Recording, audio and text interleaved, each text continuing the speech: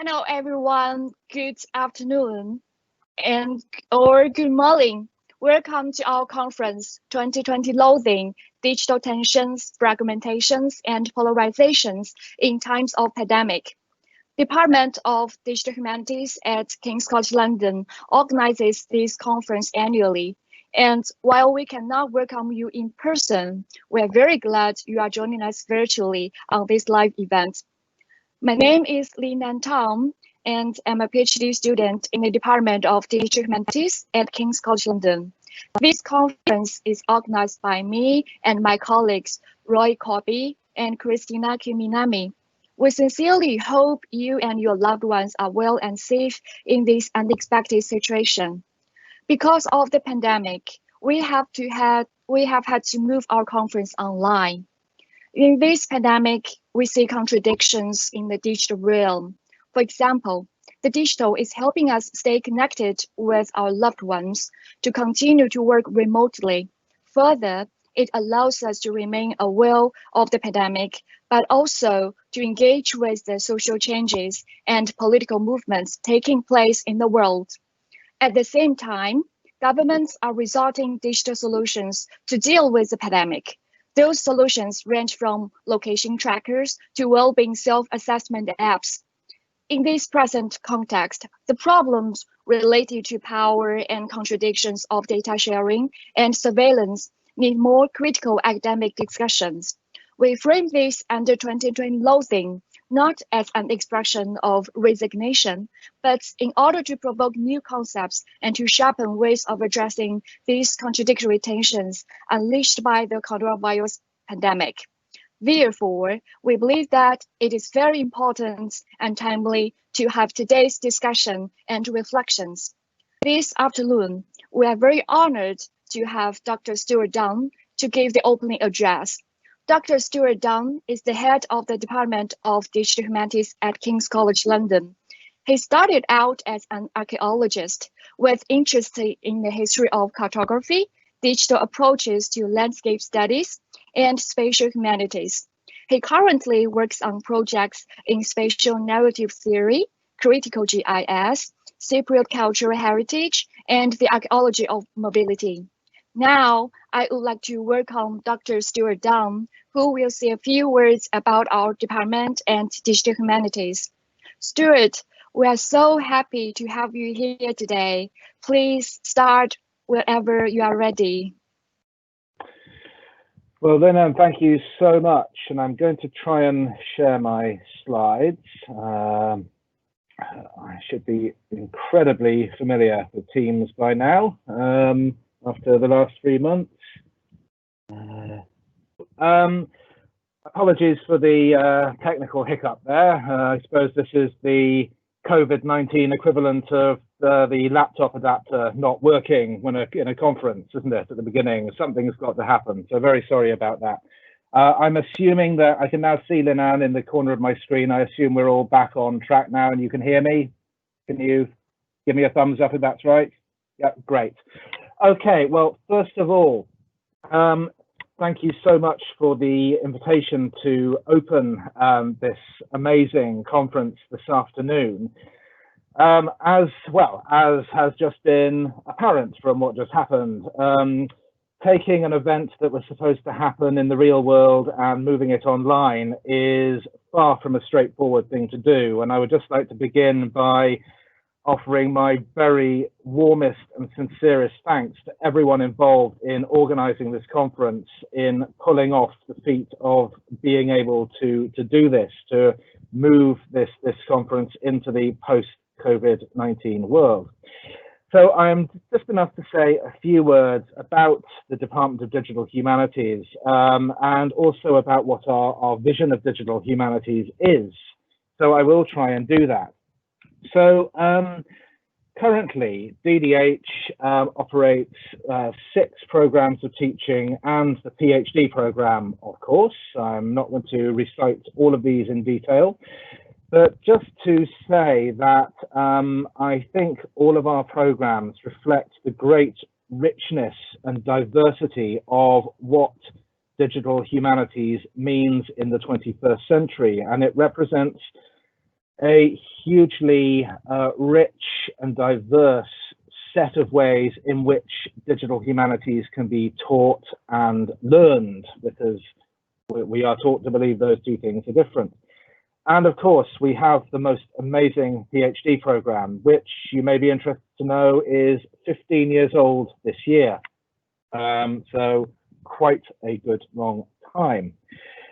However, King's has always existed as a part of its immediate environment in London. And we're very, very proud of that. And I think this comes through in the range and diversity of topics that we see our PhD students doing. I always like to show this little map that was part of an part of an exhibition that King's College London's archive did a few years ago, which included various cartographic depictions of the local area. And this is Charles Booth's map of 1898 to 99, in which he mapped all the streets of London and color-coded them according to how rich or how poor they were. And it's always good to see that King's down in the bottom middle there is in the middle class, well-to-do category there, which is always good.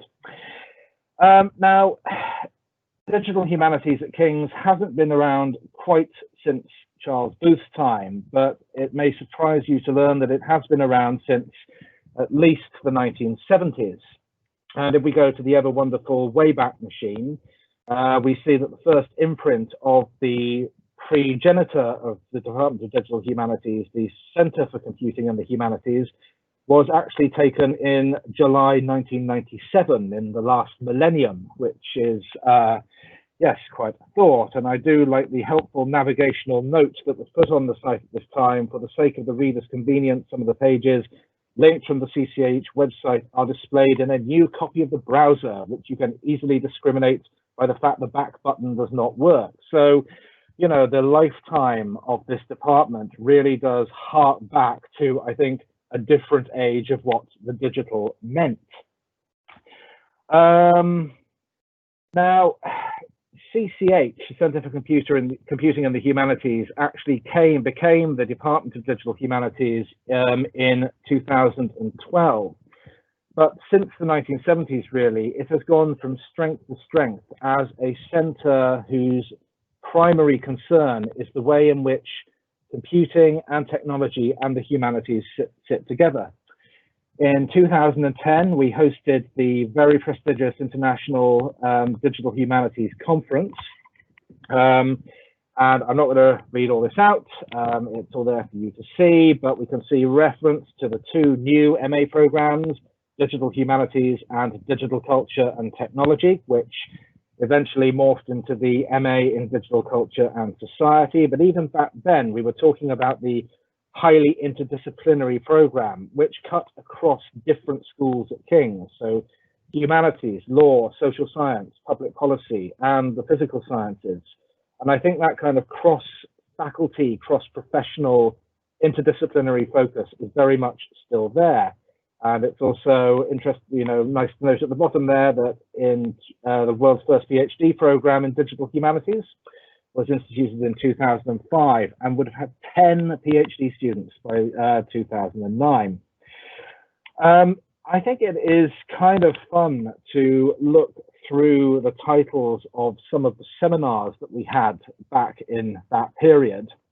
And what strikes me about all of these, again, this is harvesting back to the Wayback Machine and what the Wayback Machine has to say about King's at the time. But I think all these topics, AI and arts and letters, you know, hypermedia cities, digitization of manuscripts, how much information is there in the world, kind of a progenitor of big data, if you will.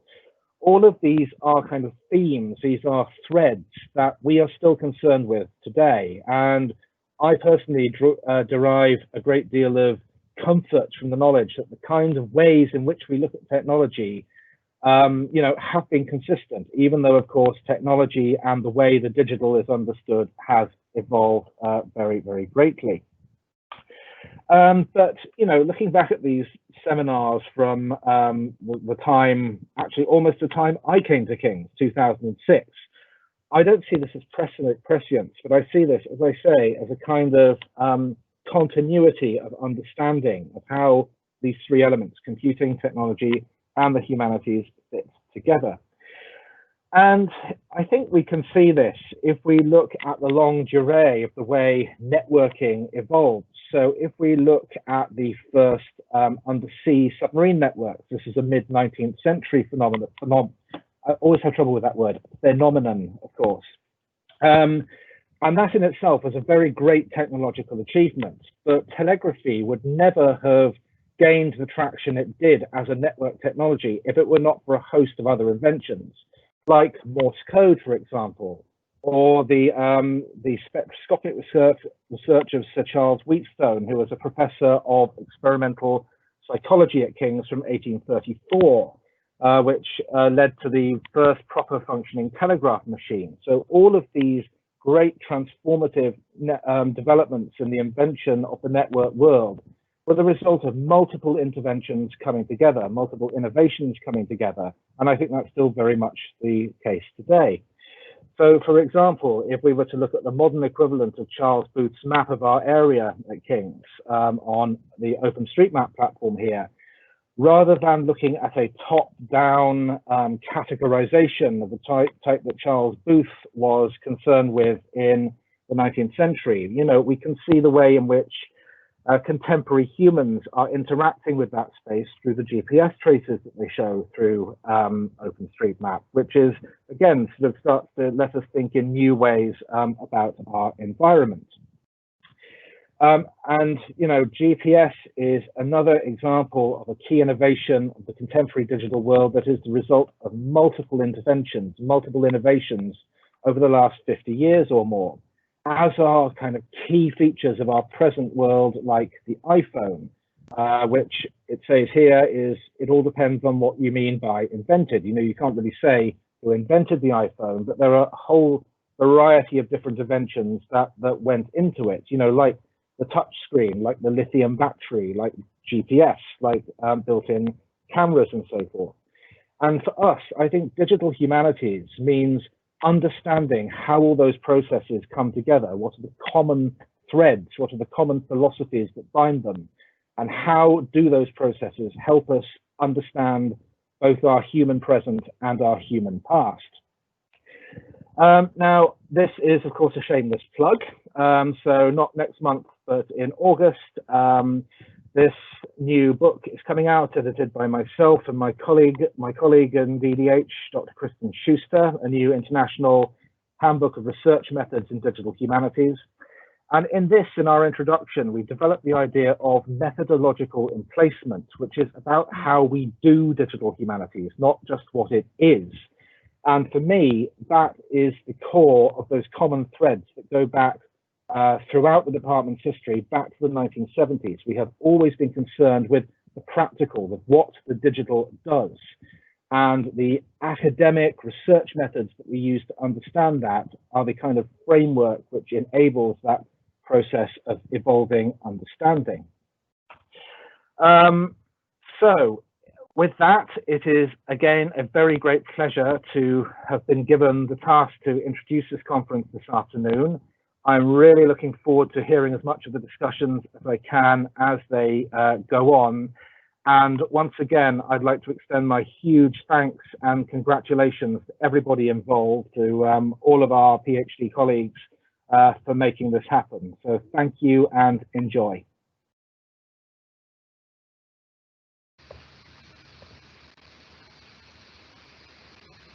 Hello, everyone. Welcome to our first panel of the 2020 Loathing, Digital Tensions, Fragmentations, and Polarisations in Times of Pandemic. Thank you so much for connecting with us today. I'm Cristina Kiminami. I'm one of the organizers of this event. I'm also a PhD candidate here in the Department of Digital Humanities at King's College London. It is a pleasure to be here and chairing this first panel. I will introduce each speaker before they start. So the presentation will be in the following order. Dr. Fernanda Bruno will be first, followed by Dr. Rodrigo Firmino, and finally by Dr. Mercedes Bunz. So now, also important to highlight that after all the three presenters, we will have a Q&A session. So feel free during when they're speaking to add questions, comment, and interact now in our Q&A box. And also, we are on Twitter, and so feel free to use our hashtags, hashtag 2020 Loathing, or hashtag KCLDHCONF. Okay? So now I will introduce our first speaker, who is Dr. Fernanda Bruno. She is an associate professor at postgraduation program of communication and culture of the Federal University of Rio de Janeiro, Brazil.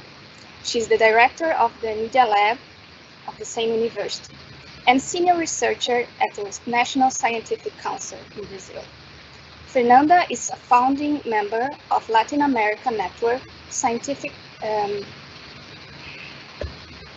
member of the Latin American Network of Surveillance and Technology and Society Studies, LAVITS. And she was a visiting researcher at the Media Lab and the Center for International Studies of Institut d'Etudes Polytechnique de Paris. And also a visiting senior research at the Department of Digital Humanities at King's College London from 2019 and 2020. And currently, she's a research fellow at the Surveillance Studies Center at Queen's University. So, Fernanda, please feel free to start whenever you're ready. Thank you. Hi, everyone. It's a great pleasure to be with you, and thank you so much, Chris, for the introduction. I'm gonna to share my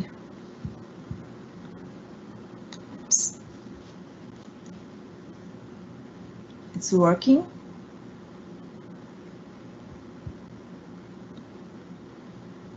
Yes. Yes, great. I'm just, wait a minute.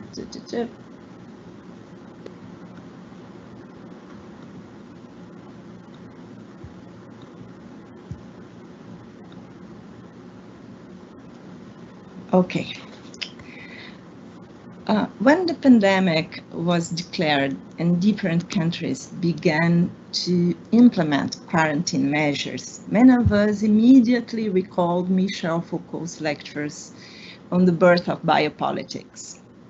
However well known those lectures are, it's worth returning to them briefly so that we can progress further. I shall take up two models addressed by Foucault in different texts, which are particularly useful for understanding the historical connections between health policies and the surveillance of bodies and their everyday movement. Since these are models of controlling epidemics, Foucault says, "It seems to me that essentially there have been only two major models for the control of individuals in the West. One is the exclusion of lepers, and the other is the model of the inclusion of plague victims. I'd like to add a third model to this, which is still quite provisional, of course. I'll name it the hyperconnection of the new coronavirus victims. Fundamentally, what Foucault highlights in the leprosy model is the dream of purification in a form of power that functions mainly by the exclusion of the individual. The fight against leprosy involves creating an external place where infected people are taken, beyond the walls and the boundaries of the community. This external space is the confused and terrible space of death. It has no other function apart from guaranteeing the purification of another space which belongs to the community through expurgation and distance. It's therefore a power that leads to death operating through exclusion and distance to create an exterior. According to Foucault, the control of the plague feeds another dream, not of purification, but instead of regulation through the creation of a continuously overseen and controlled interior. When the plague is declared in a city, quarantine is decreed and borders closed, imposing constant analysis and detailed policing with records, countings, controls on people in a chain of hierarchical surveillance reaching down to the individual, neighborhoods, streets, and homes, to the extent that each inhabitant is controlled by daily roll calls and must appear at the windows. This power acts through inclusion in a closed and controlled space rather than by exclusion. It acts through subtle proximities, not through distance, and established controlled presence, not absence and banishment, to organize life and maximize health rather than lead to death. What might be the political dream of the control models designed by the current coronavirus pandemic?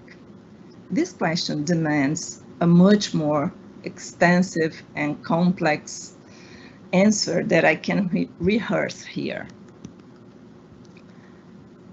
Oops, sorry. I'll confine myself to addressing one small part of the problem through the character of the hyperconnected infected individual. And I'll briefly explore 3 levels of this control that operates through hyperconnection. The first level is the global scale of the pandemic.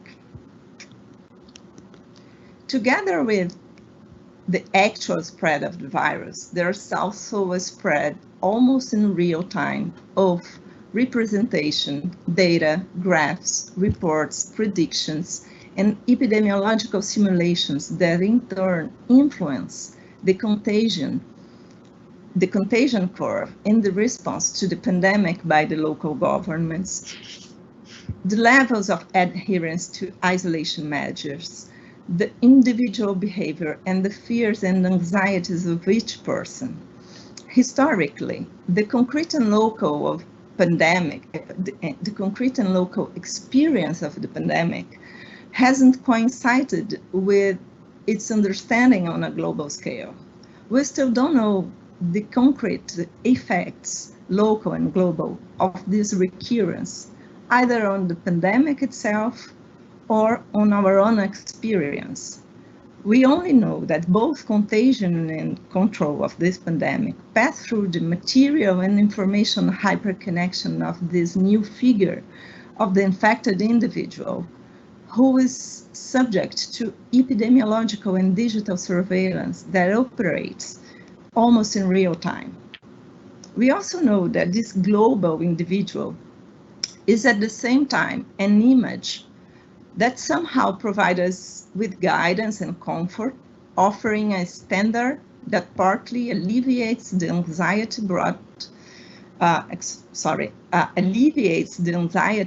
on by lack of knowledge about the virus, but also worries us, since it's an abstract representation of supposed universality that doesn't fit with concrete and local experience of the pandemic. Simple global protocols, such as washing hands with soap and water, using masks, and following models of social distance, are completely unfeasible for a significant portion of the population of Brazil, for example. As Rodrigo will show us, we don't have universal access to basic sanitation, and many people don't have the socioeconomic conditions to buy soap and a mask, let alone to remain at home. While the current coronavirus pandemic passes through this viral human algorithmic hyperconnection on a global scale, it also occurs in particular and concrete situations with local frictions, to use a term from the anthropologist Annette Singh, which are often outside the field of visibility and public health planning. The second level of control operates more directly on individual movement. On the one hand, tackling the new coronavirus pandemic involves measures very similar to those of the plague: quarantine, home isolation and social distancing, strict control of borders and spaces. The crucial difference is the connection of bodies and subjectivities. Countries everywhere are implementing a series of devices, mostly via smartphone apps, focused on the tracking of bodies and data, and at identifying movement, controlling access, identifying symptoms, tracing contacts, certifying immunity, calculating risks of infection, levels of adherence to quarantine, etc.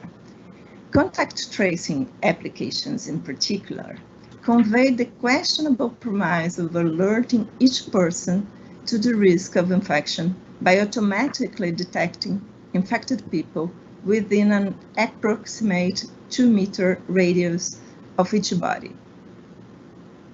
The use of these applications for control of a pandemic involves similar principles to those present in systems of recommendation, profiling, personalization, and target advertising, introducing greater individualization of control, operating selectively on healthy people, carriers, and patients, and offering modulated levels of mobility.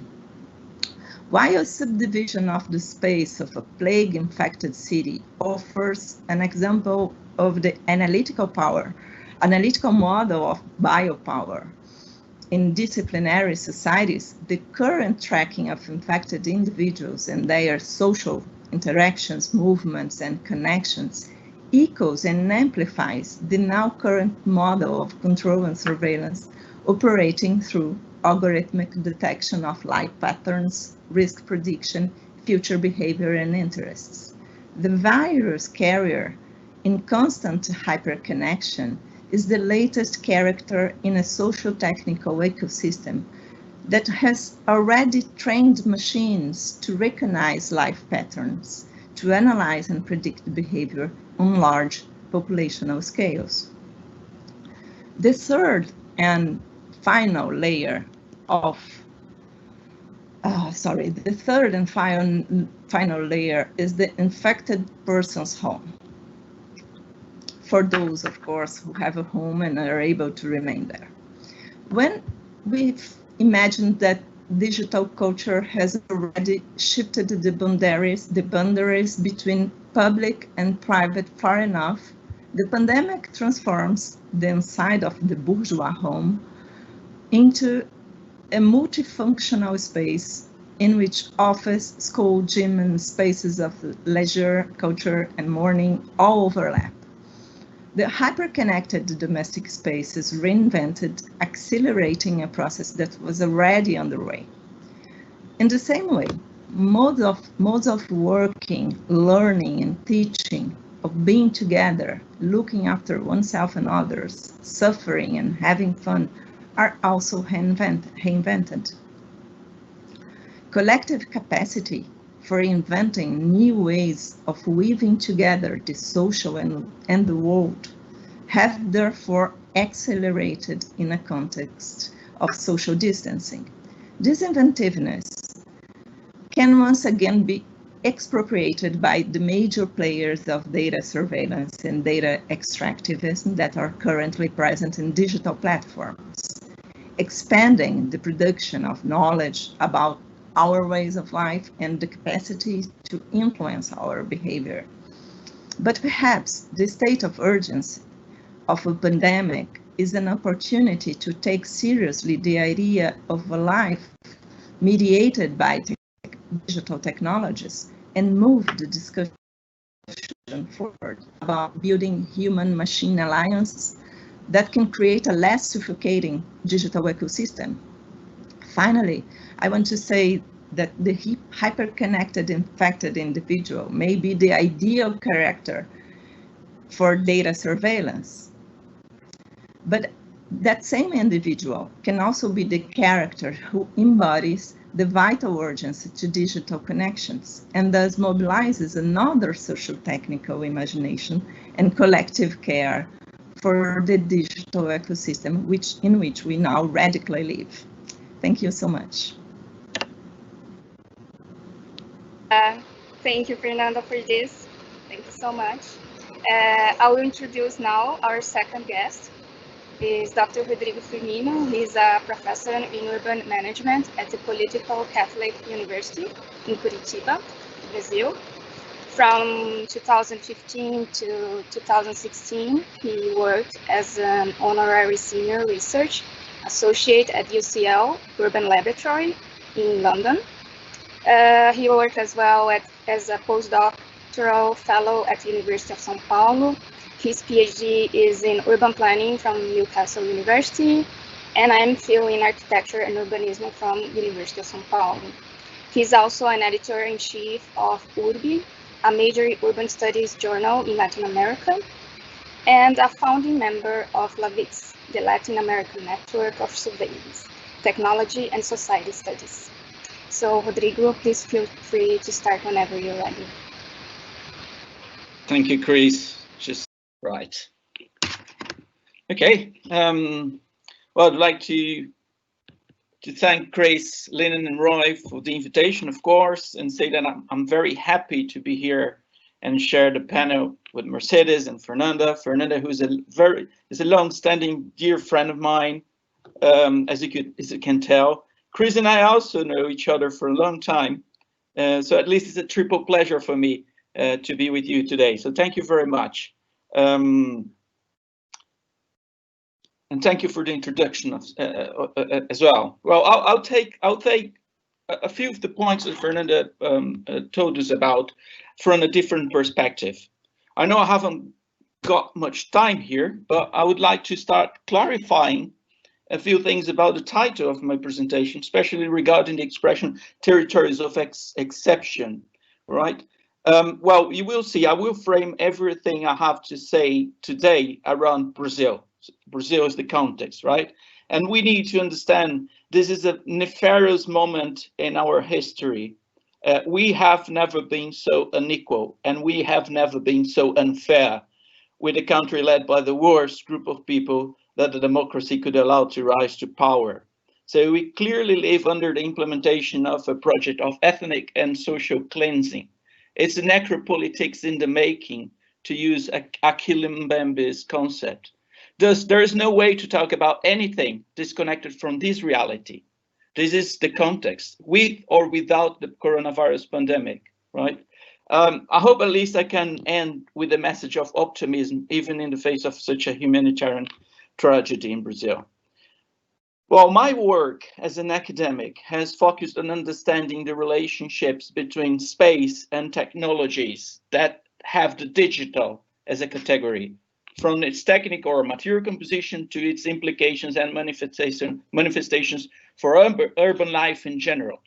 In trying to understand this relationship, I've also become more interested in processes of territorialization, or in the identification of multiple territorializations, focusing on territories of exception, in the sense used by the Brazilian geographer Rogério Hasbart, that is, the exception of material and biopolitical control becoming the rule and the ordinary in the management and constitution of stigmatized territories. That's the idea, more or less. In my case, I add special attention to situations where the digital is placed as a central component of the relations that constitute situations of exception, control, repression, but also of resistance. The cases I'll talk about here come from the research about digital activism and citizen-generated data in peripheries and favelas of Brazil, which is funded by the British Academy and it's led by me and Andrés Luque Ayala, a colleague from the Geography Department at Durham University. So there's a bridge connection in this research. The aim of this study is to unpack the coming together of digital tools, data activism, and political asymmetries in both reimagining and remaking the city's environment. Worldwide, the work of civic hackers, hackathons, and other forms of data activism have eventually led to a range of initiatives called by Andrés Luque Ayala and Simon Marvin as city platforms. These platforms often aim to intervene in diverse urban issues such as transport, public safety, citizen engagement, and waste management, for example. We argue that data activism and digital interventions prefigure urban platforms both materially and in terms of their political orientation. Thus, this has to do with the forms of digital activism that seek to intervene in a broadly defined urban environment and the city's ecological flow, transport, energy, water, sanitation, waste, and other infrastructures. So our initial analysis suggested two critical findings. First, within the spaces of digital activism, both data and digital processes define how the city is to be understood and engaged with. Secondly, with a few exceptions, there is a level of disconnect between the issues addressed by digital interventions and the long-standing issues, sites, and stakeholders that over the course of decades have become a primary focus for social and environmental activism within cities. This is a kind of tension that we capture through establishing a distinction between, on one side, the digital as a form of activism, which we call data-led interventions, and on the other side, the digital as it encounters pre-existing forms of activism, which we call situated interventions. In the latter, situated interventions, there is a strong component of resistance based on the possibility of creating and reorganizing socio-technical arrangement by enhancing the perspective of, at, and from the margin. I use the idea of the margin here to refer to the periphery, to the vulnerable and invisible areas in the urban fabric, among which are the favelas. Thus, in many ways, the same idea of territories of exceptions I mentioned earlier. I want to illustrate this coming together of traditional forms of urban activism and digital data-based interventions that challenges and transcends traditional epistemologies and political orientations associated to civic tech domains with an organization that has become a case study for us called Data Lab. Established in 2016, Data Lab operates over the Maré complex in Rio de Janeiro, which is a conglomerate of 16 favelas. It's called Complexo da Maré or Maré Complex, with more than 140,000 residents. Schools, healthcare, social services, basic sanitation, and cultural facilities are present in Maré, but in numbers and quality far below those of other areas of Rio. Like many other favelas in Rio, Maré is seen by the state as an unruly, lawless, needy, and violent territory. Data Lab is a collective of about 15 young journalists and data activists that operate in this territory with more or less three main aims, let's say. They offer technical and political training of favela residents in journalism and data science. They generate and distribute content on several social media and digital platforms addressing numerous issues through the voice of the inhabitants of Maré. They give their voice, and they work with citizen-generated data or the primary collection of data for local issues with a strong focus on sanitation, as I will show. Well, they see themselves as a laboratory of data and narratives for giving visibility to data in order to safeguard new narratives that allow the development of communities and their rights. That's what they say about themselves. As an activist movement rooted with digital cultural logics, Data Lab uses conceptual and aesthetic reference that promote encounters between technology, class consciousness, racial empowerment, public policy, human rights, horizontality, and entrepreneurship. Projects developed by them focus on a diversity of topics that are locally relevant, ranging from gender, race, sexuality to sanitation, territory, and technology. There are many, many different projects they run, but I will highlight one of them. There's a combination of extremely interesting factors present in the essence of this group, which represents a socio-technical arrangement capable of bringing together various thematic agendas related to the management of cities and territories, from the use of data, digital technologies, mobilization, activism, network connections with other organizations, and the construction of counter-hegemonic narratives. Their tactics and actions can be illustrated with one of their current projects called CocoZap, which has become one of their major projects. Cocô is an informal Portuguese word for poop, and Zap is the Brazilian slang for the WhatsApp messaging service.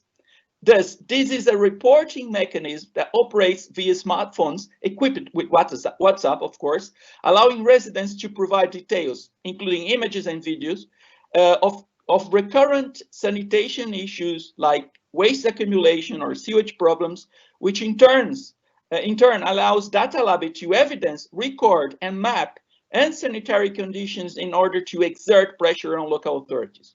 Over time, the projects materialized beyond the digital platform by organizing meetings involving residents and civil servants, as well as the monitoring of sanitation policies at the city level, city council level. In short, what they are doing with CocoZap is to unblack box the sanitation socio-technical system at Maré for their own residents.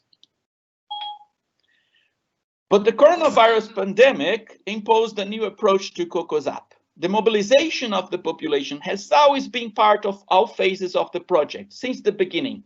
With the impossibility of face-to-face encounters, the socio-technical arrangement that sustains CocoZap and indirectly Maré's sanitation problems, as well as Data Lab's own actions, needed to be reconsidered. Since the implementation of social isolation measures in Rio, the group has been articulating to produce narratives about the centrality of debates and data involving the precariousness of health systems in favelas, many favelas, not only Maré, and the consequences of this for the health of the most vulnerable populations. They are doing so in relation to CocoZap through monitoring and interviewing families that were already part of the project's complaints network. It is also an attempt to connect to the existing solidarity networks, information and actions, and to strengthen ties that were already present at the territory. The pandemic has also exacerbated the facet of data invisibility, as well as the strong networks of solidarity and resistance at the margins. The collectives and groups of favelas, who were the first to organize themselves to offer a quick response to the pandemic, also had the responsibility to map citizens in need, using a varied list of apps and tools like the WhatsApp itself. It is clear among those on the front line of the pandemic that underreported cases of COVID-19 are not the only serious problems in Brazil, and that they also have to deal with the invisibility of people and territories to the eyes of the states. The data and actions mediated by some digital tools seem to be forming a new front of political activism in favelas and peripheries. Several of the tactics and organizations similar to Data Lab are part of what we can call data resistance at the margins, as my title says, and which plays an important role in the engagement and impact of favela and periphery residents on local policies. So it is clear to us the need to understand Data Lab and other similar groups, there are many different similar groups, in a broader context of solidarity networks and agency supported by data and the construction of narratives from the margin, as a way of producing socio-technical arrangements of resistance and digital urban activism. The urban is therefore reinvented by the actions of these networks, and the territory associated with the technological systems is understood to assume not only a focus for survival, but a central place in the fight for rights and the construction of counter-hegemonic narratives. This is how I can tell you in 10 minutes. Thank you very much.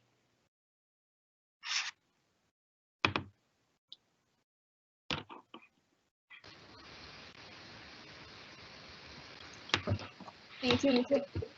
Thank you. I will introduce Dr. Mercedes Bunz. She is a senior lecturer in digital society at the Department of Digital Humanities, King's College London. Her research explores how digital technology transforms knowledge and with it power. She's a member of the interdisciplinary network for the critical humanities Terra Critica.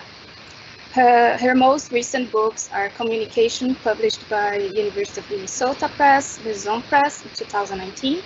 Also, the Internet of Things, published by Polity 2017, co-published with Professor Graham Mako.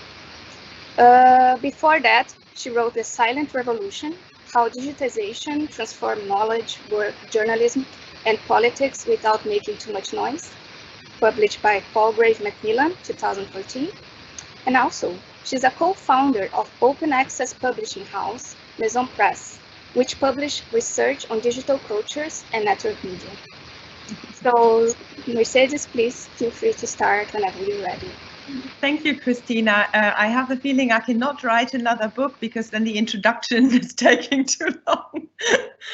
All right. I'm gonna respond a little and add my observations to Rodrigo and to Fernanda from a UK perspective.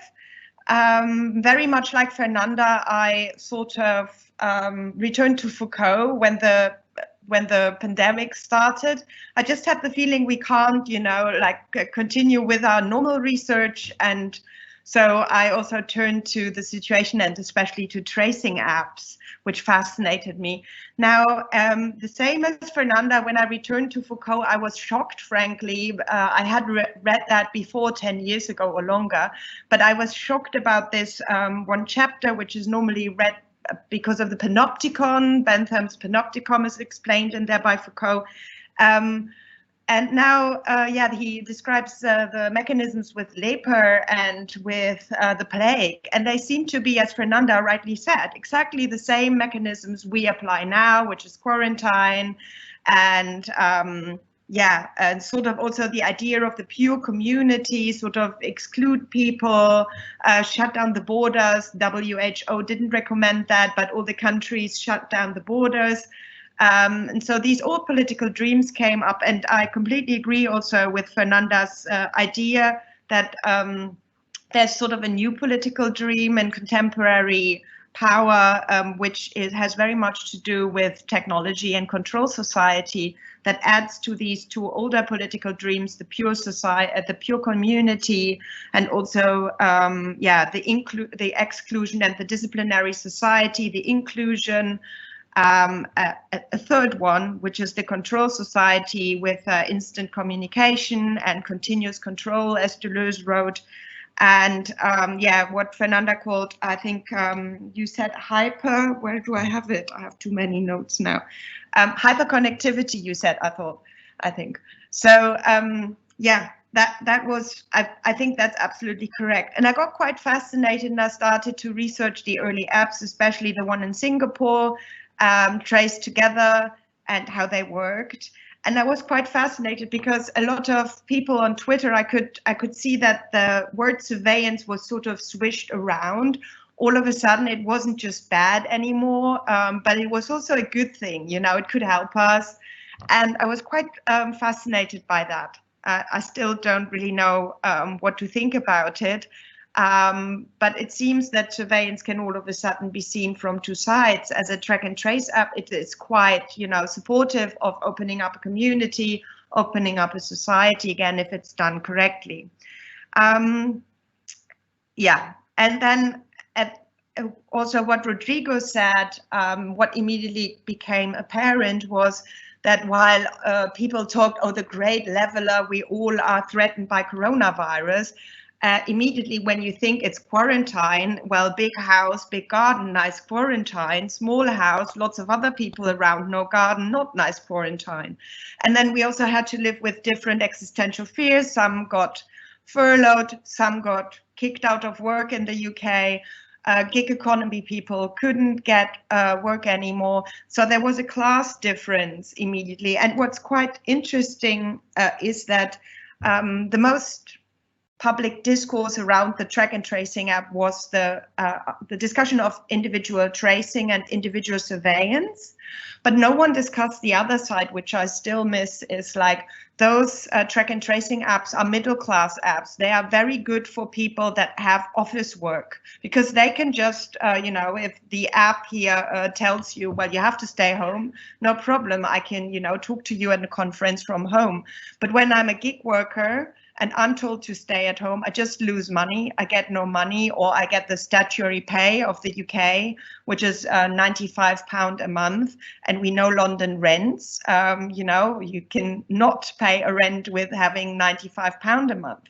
So this is not being discussed. And I mean with this that it's not that we should, criticize the apps and not have them, but I think they need assistance by an active track and tracing that, for example, helps workers first and office workers and middle class people second. So, you need to understand what situations are the people in. Can you maybe assist the inequality that we have a bit with a government program that doesn't treat everybody in the same, because we are not all in the same situation. And this is not being discussed. It seems like the discourse of surveillance and of, oh, where is my own data, and the fear of my own data has gotten a bit in the way of the fact that there are people that might be positive, but they can't just afford to stay at home. So this needs to be addressed. So that I found quite interesting. I also found then fascinating, of course, that we seem to have the same sort of phenomenon that was about surveillance, which was all of a sudden maybe good, happened with the internet giants Google and Apple. So if you had followed the discussion about the Western tracing apps a bit, they ignored good approaches like the Singaporean approach that was not taken up. That was one of the earliest approaches that was very open source and so on. But thank God there was a Swiss European approach also by one guy who's at UCL to have a decentralized protocol. That means that your phone calculates if you get identified, not the supercomputer in that the government has. So what happened was that while Matt Hancock, for example, Germany, France, all wanted a centralized track and tracing system and wanted control over their citizens as the state, Google and Apple got an idea that there was this small group of scientists in Switzerland working on a decentralized version. And Google and Apple said, oh, can we have a call? And then actually decided to take up this protocol called DP3T, which is a decentralized privacy, blah, blah, a very long name, and decided to work with this. And why is this so important? And in this little detail, it's quite complicated, but it's quite interesting to really understand the power technology companies such as Apple and Google have, because of course the Android operating system and the Apple iOS are 99% of all smartphone systems in the whole entire world. And Bluetooth is by them highly controlled because Bluetooth drains your phone. So they don't allow just Bluetooth to be switched on all the time. And that gave them the power to say, we will not allow centralized apps that run Bluetooth all the time, like Germany, France, and UK want it. We simply not allow it, it won't work.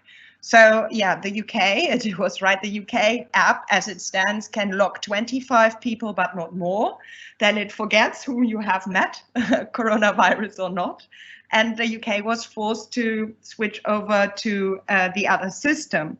And there you can see that we have, as researchers, also start to think of a new power, a power that is like a state power, but very different, which is the power of those corporations, which shape by now really our infrastructure.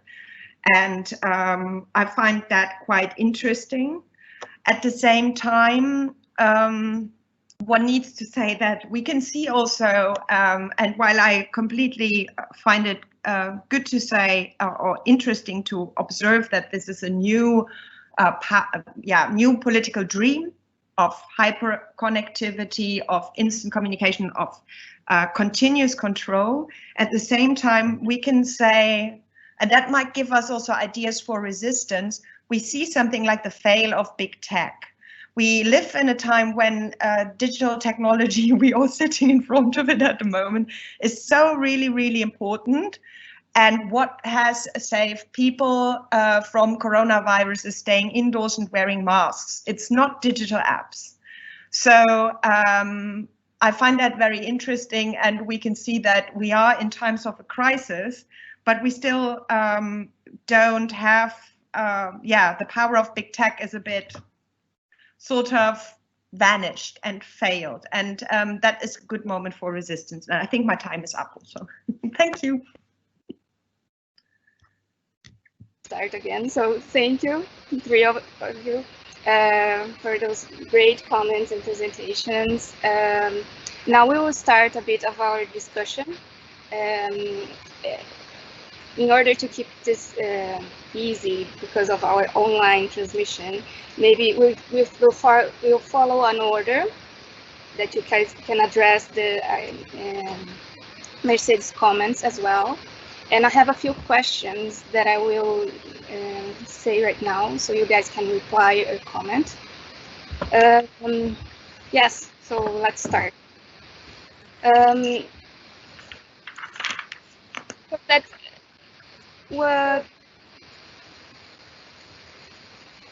in this pandemic times, that as you three mentioned, there is this attempt of control through the implementing a series of devices, mostly smartphones, apps, focusing on tracking bodies and data.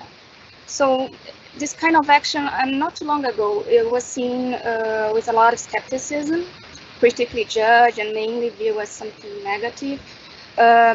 However, now also there's having this context of health and sanitary safety, there is a much more willingness to accept it.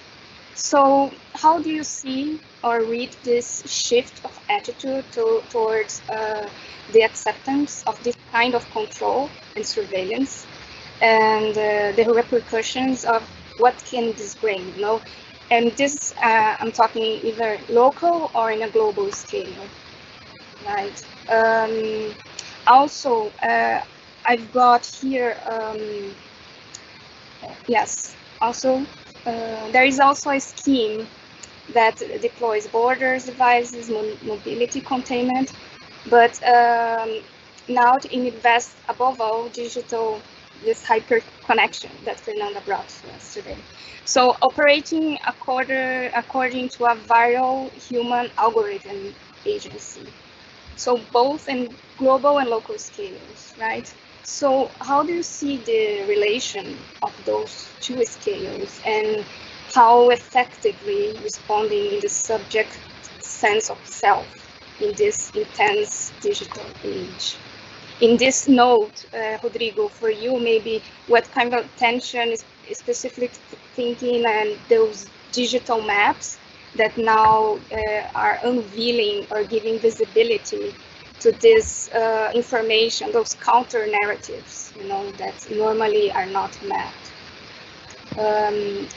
We got also a question directly for Professor Dr. Rodrigo Firmino from Lara Caldas, and she asked if he sees the smart cities market growing stronger in the post-pandemic, selling high tech for urban health, and if that could be incorporated smart city narrative, appropriate or capitulate on the margin resistance that you mentioned. So how do you keep this urban technology in the interest of people and keep them from being appropriated as control tools in the country with already failed democracy? So let's go in the same order of the presentations. If we could start with Fernanda, then Rodrigo, and then Mercedes. Okay. Thank you so much. Yeah, thank you, Chris, for your question. Well, I'll start with the first one. about the acceptance of surveillance and the pandemic context. And I think that we are in a kind of crossroads, and I see at least two paths open up. On the one hand, our condition, our actual condition of vulnerability can, of course, contribute to our acceptance of surveillance technologies, of control over our lives, etc. But on the other hand, the same vulnerability can make the implementation of this kind of technology that can cause any extra damage unacceptable, you know. So we have, on the one hand, we are vulnerable and we can maybe be more open to accept surveillance, but at the other time, on the other hand, we are so vulnerable that we can use this opportunity to say, no, let's slow down, because you can't, it's unacceptable to implement technologies that can cause any extra damage just now. So I think we should explore that crossroad. And concerning the other question about the relationship between global and local, it's very difficult, of course, question, and I can't really answer that. But I think that the anthropologist Annette Singh gives us good tools to think about the relationship between global and local. And the great learning, it seems to me, is neither one polar or another, but precisely in between. It's easy to think about this liminal zone in between the global and the local. It's easy to think about it in an intellectual or cognitive level, but it's very difficult to understand it at the level of our experience. That and I think that the pandemic teaches us to something about the experience of connection between local and global issues, and that goes for the pandemic and for the global warming, for example, as well. And I hope this experience will teach us something in facing what's to come. That's it. I think I'm done.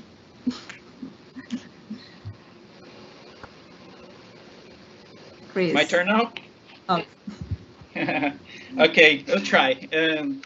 Thanks, Chris. Thanks, Lara, as well. Well, I agree with Fernanda in terms that we are kind of maybe living in at a crossroads, right? I mean, there's a colleague of us that wrote a paper. We are, you know, LAVITS, the network of surveillance studies that Chris mentioned at the introductions, launched a series of texts that things related to technology, surveillance, and technopolitics, and the COVID-19. And one of our colleagues wrote about it, right? That we're kind of living at a crossroads now, that we can take different paths. I kind of agree with her that at the same time as we're witnessing the rise of trackers, we're also seeing lots of people like Mercedes, for example, analyzing these kinds of apps. And I've just read a paper published in Nature,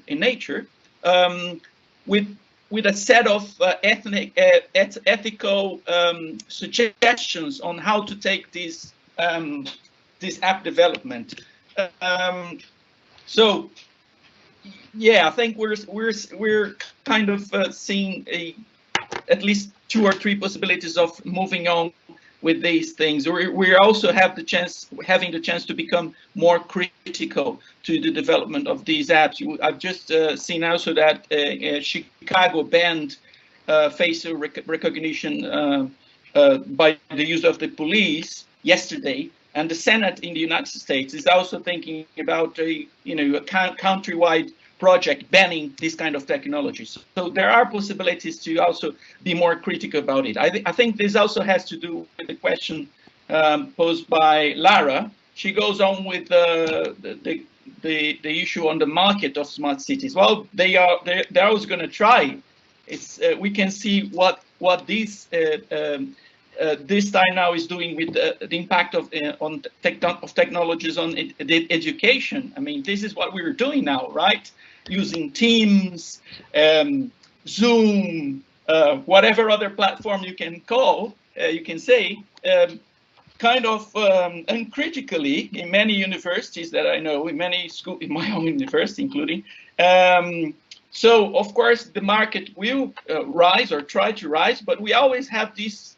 Well, let's just remember that what I'm calling the resistance based on data with the work of Data Lab, use WhatsApp, which is a Facebook app, right? So it's a kind of dilemma. I mean, it's hard to think in a very distinct and separate way in which you have the market taking up everything and you have resistance. So it's difficult to say. I think the market will try to rise, and we will keep developing these things to be especially related to education, right? And distance education and health. This is more or less what I have to say. Thank you.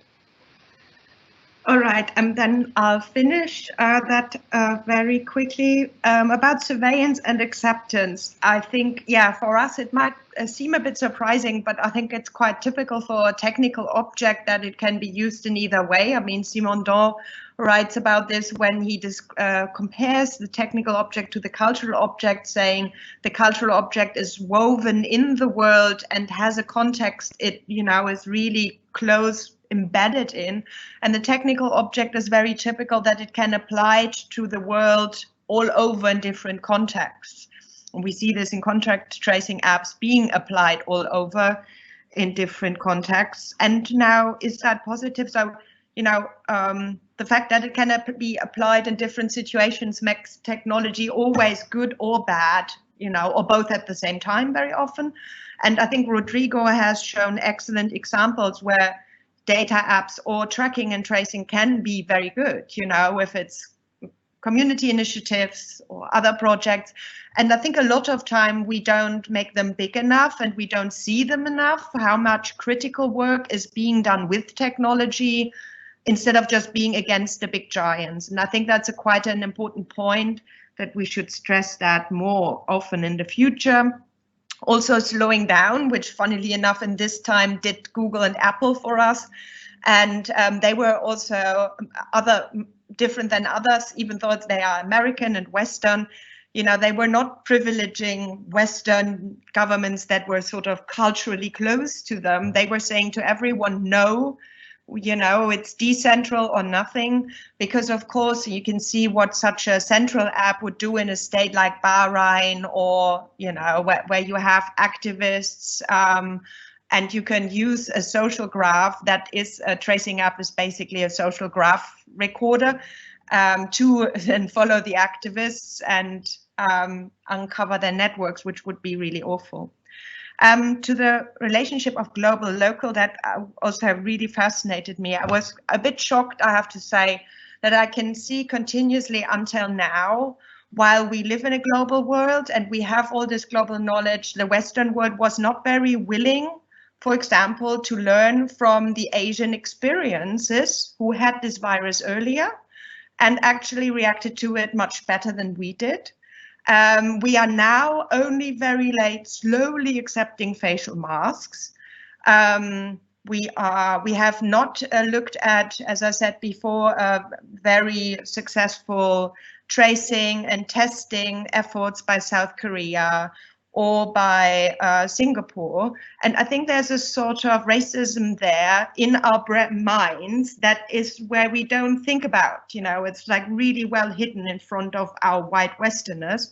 But I think that is something that the relationship between global and local needs rethinking for me here very much. And I also hope, like Fernanda said, that at the same time that we can react on such a global scale, it shows us hopefully also a power that we as humans have when we could act together to oppose climate change better. And I wish that we learned something from this pandemic, and that would be that, you know, to recognize the power that we have if we come as humans together and act together.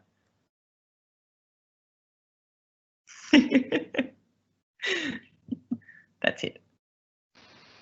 Okay, so thank you so much for the wonderful discussion and for the contribution of everyone. So, however, to keep our schedule, we will conclude our Q&A.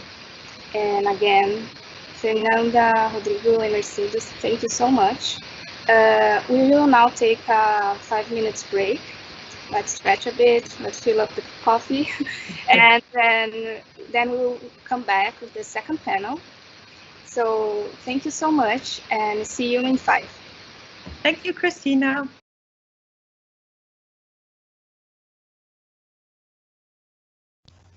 Hello, welcome back for a second and last panel of the 2020 Loathing, Digital Tensions, Fragmentation and Polarization in Times of Pandemic conference. And thank you for connecting with us today. I am Roy Colby, first-year research student at King's College London, Department of Digital Humanities. And we will now start the second panel. The order of the presentation will be Dr. Jennifer Pybus, who will be the first speaker, followed by Dr. Mark Coté, and we will close with Dr. Ashwin Mathew. I will introduce each speaker before they speak, and please remember that we will have a Q&A session after the presentation, so please start sending your questions to your Q&A box as you think of them. So our first speaker is Dr. Jennifer Pybus, who is a lecturer in digital culture and society at King's College London, Department of Digital Humanities. Her research focuses on the diverse ways our lives are being datafied, turned into social big data that is fueling our economies. She has also looked at the politics of datafication and everyday life. Following these themes, she has authored a recent article on Trump as the first Facebook president and the overall politician's need for our data. She has also written on the personal agency and possibilities for hacking our digital footprints, and she has co-authored an introduction to the politics of big data issue of digital culture and society, among other research projects. All of them are extremely relevant as the combined economic and political challenges of datafication are accelerated by the current crisis. Okay, so Jennifer, feel free to start whenever you're ready. Thank you very much for that introduction. I'm just going to raise my slides. And hopefully we can see. Okay, so thank you. My talk today is entitled Inside the Microscopic Unhealthy Data Bodies of the Mobile Ecosystem. And this is a sort of compilation of the research that I've been doing for the past few years on the mobile ecosystem, but also trying to use this to think through the very unhealthy capture of the data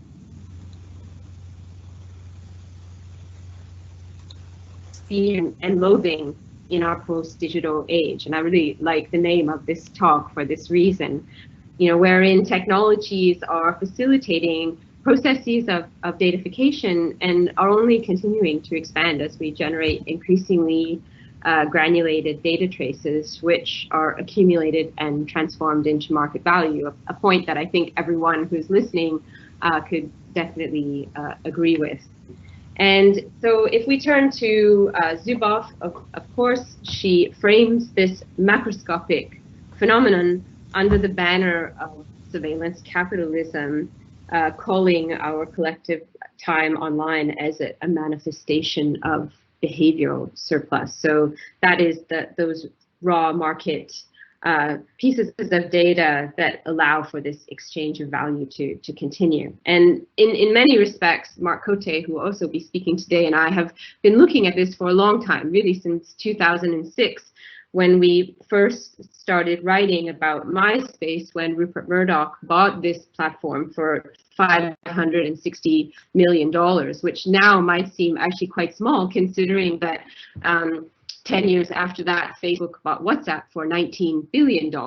But what it signals then and now is that there's real value in the data that people, about people and what they're uploading about themselves. And we can think about this in terms of personal data economies, sort of seen in this slide, which kind of begin with what we share about ourselves intentionally, what then can be easily perceived from these intentional markings that we place about ourselves online. But more importantly, and increasingly because of AI and machine learning, there are different kinds of inferences that get made about what we're sharing. And this arguably is where we start to think about what we fear and loathe about processes of datafication, in part because we're fearful of these machinic inferences and predictions that are transforming our personal data into generative and value-laden data profiles. The slides aren't showing. They're not, are my slides showing? I'm not.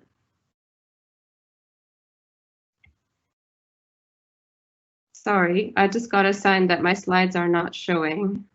They're still small. Go into full screen. Yeah, I was just doing this.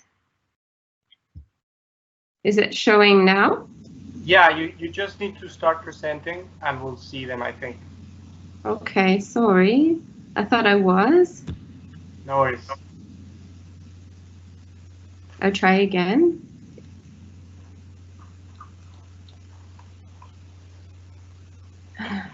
Sorry.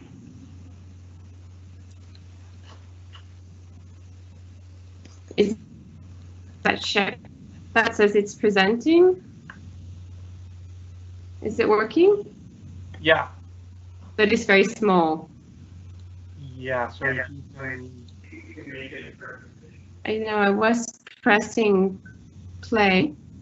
Does that show? it does show small.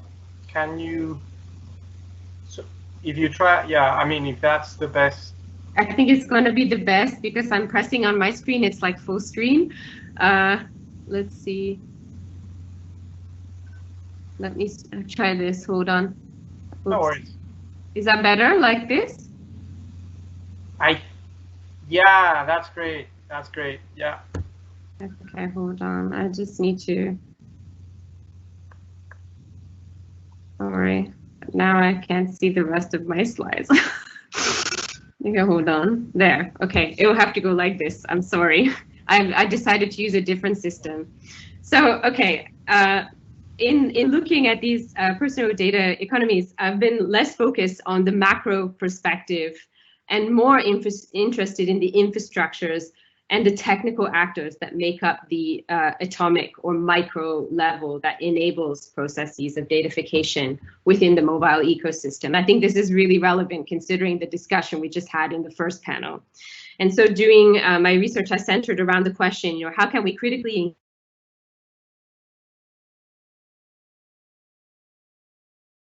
the accumulation and processing of our personal data. And if we step back and contextualize this in relation to the session today, we might think about a doctor, for example. How can a doctor grant a clean bill of health if she doesn't understand how the body works or how homeostasis is maintained? Similarly, if citizens have trust in machinic processes, then there needs to be more accountability and transparency, or at the very least, an understanding of how these personal data infrastructures actually function.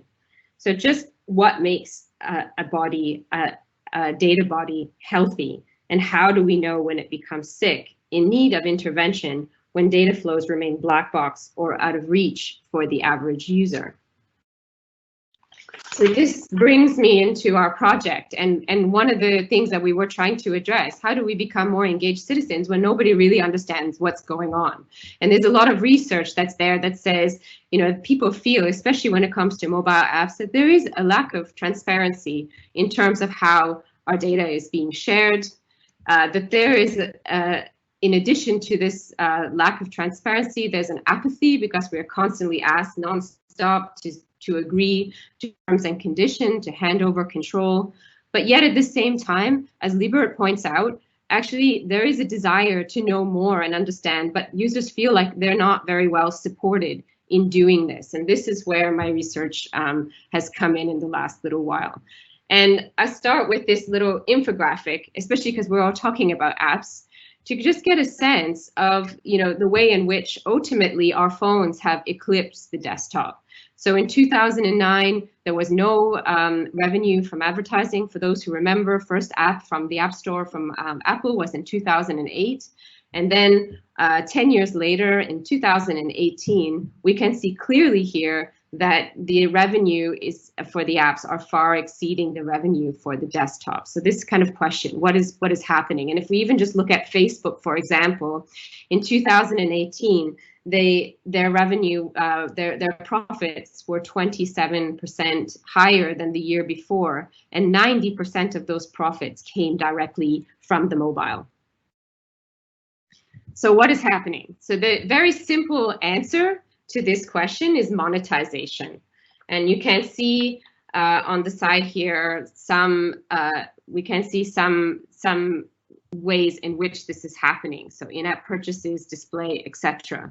But what I would like to emphasize is a very clear relationship between first parties, so that is the people who are actually making applications, and third parties. And in saying this, I think it's really important that as scholars that we kind of step back from thinking and using this term tracker constantly without really thinking about what is a tracker. And I would like to add an addendum, because ultimately a third-party tracker is a body that is providing a service to the first party that they can't provide themselves. These third parties are there to do the work, this dirty work of this monetization, so that the app developer can get on and do what they're good at, which is making the app.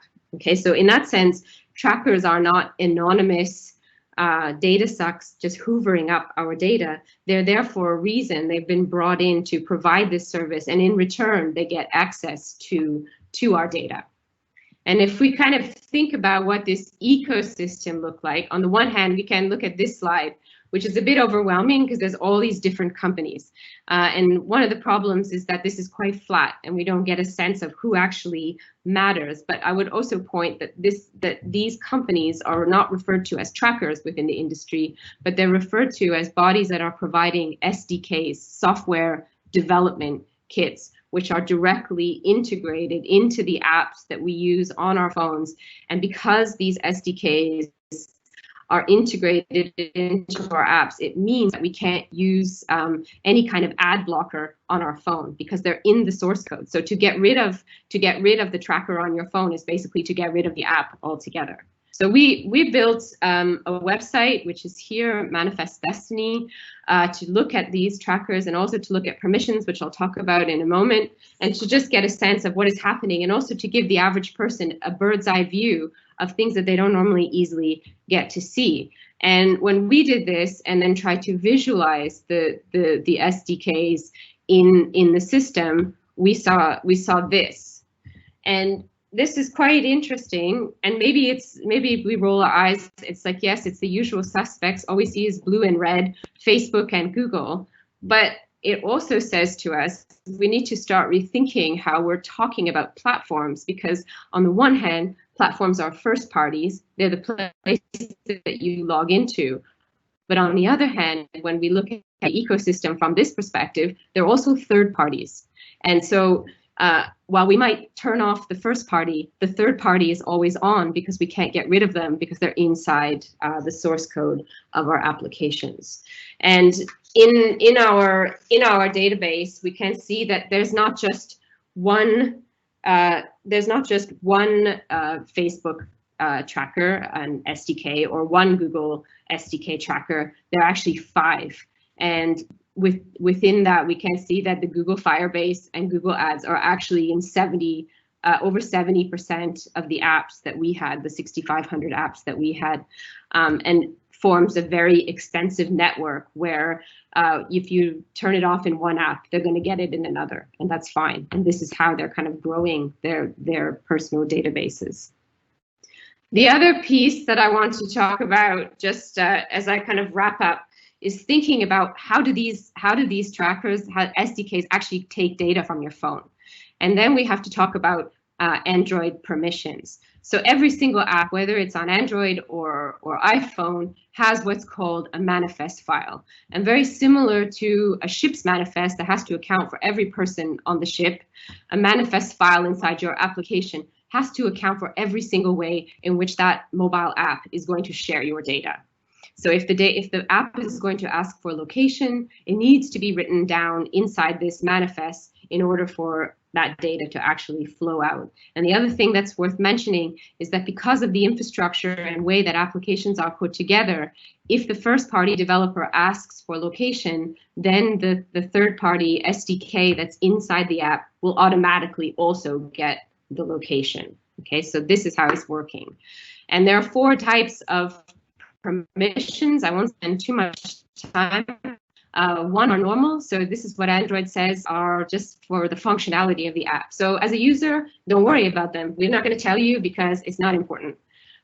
Dangerous permissions, these are ones that take personally identifiable information, and you will be alerted to these in some capacity when you download the app. The other 2 permissions, these weird signature permissions and signature or system permissions, these are entirely black box.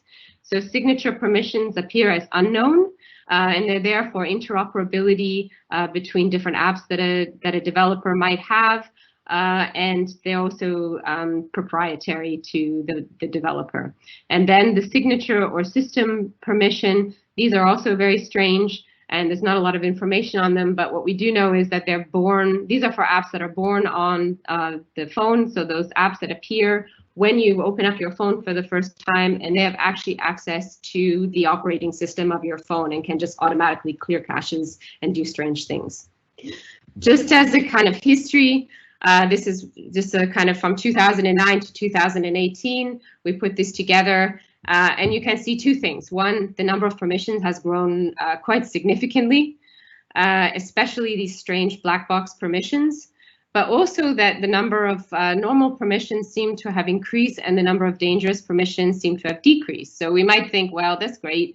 Android really cares about our privacy, so they're reducing the number of permissions that take our data. However, if we also look at the history, a lot of dangerous permissions have quietly become normal permissions over time. And if they're normal, we don't need to know about them. So there's a lot of research here that needs to kind of be looked at. But what matters is that when these are kind of taken together, we can see that this is the mechanisms for datafication on our phone that allows for our data to move from our device out into the world. And as I conclude, here's just one slide. Here are the top 15 permissions that we saw in the apps that we were looking at in our database.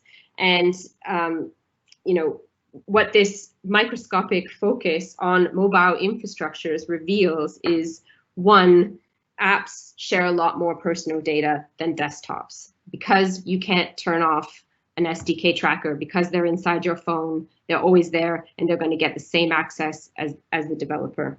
2, there are a lot of very strange, opaque permissions that are there that allow for data to be taken in ways that really make it difficult for people to understand what's happening. And part of that, we can even think about Bluetooth. Bluetooth is number 14 in our list, is like integral for these tracking apps, and used in marketing before because it allowed people to see who's in your network, and they can easily see, you know, who are you around when this permission is being used. 3, there's an oligopoly of SDK trackers wherein very few digital companies have almost free reign access to our data. And for the permission structure in the manifest files are those apparatuses that are directly facilitating these flows, allowing companies like Facebook and Google to gain an even greater access to our personal data. And this is important because I think a lot of people are under the conception that if I just don't use Facebook and log in, they can't get my data. But when you realize actually Facebook is the tracker inside 60% of your apps, they're going to get that data, and their capacity to make those inferences grows and continues to get more and more targeted. So at present, governments are asking us to place our faith and trust in GAFAM and provide a kind of technical, as they provide a technical solution to COVID-19. But ultimately, how is this possible when this infrastructure is so little understood by the user and even by the developers who are asked to incorporate some of these permissions by the SDKs in order for them to function properly? So if there's going to be trust in these technologies and if these apps are actually going to work, then there needs to be a much more coherent way of building both transparency and accountability into these permission systems, and so that it doesn't just fall on the user to be educated or even, frankly, the developer to know what they're incorporating into their app, but having more oversight over Google and Apple, as they're the ones who are actually creating these permissions in the first place. And finally, moving forward, as Wachter and Middlestadt point out, concerns around accountability are often concerns about the ways in which inferences are made about data subjects, alongside how difficult it is to understand and refute these.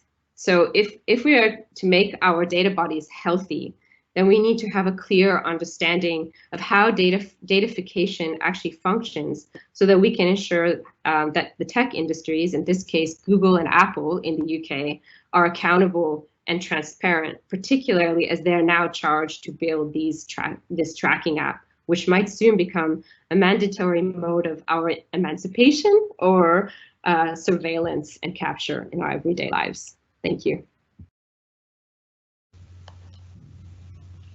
Oh, Jennifer, that was fantastic. I'm sure everyone's thinking of the irony noted by previous speakers that we're talking about all these issues employing these very sophisticated digital devices that we don't even, understand.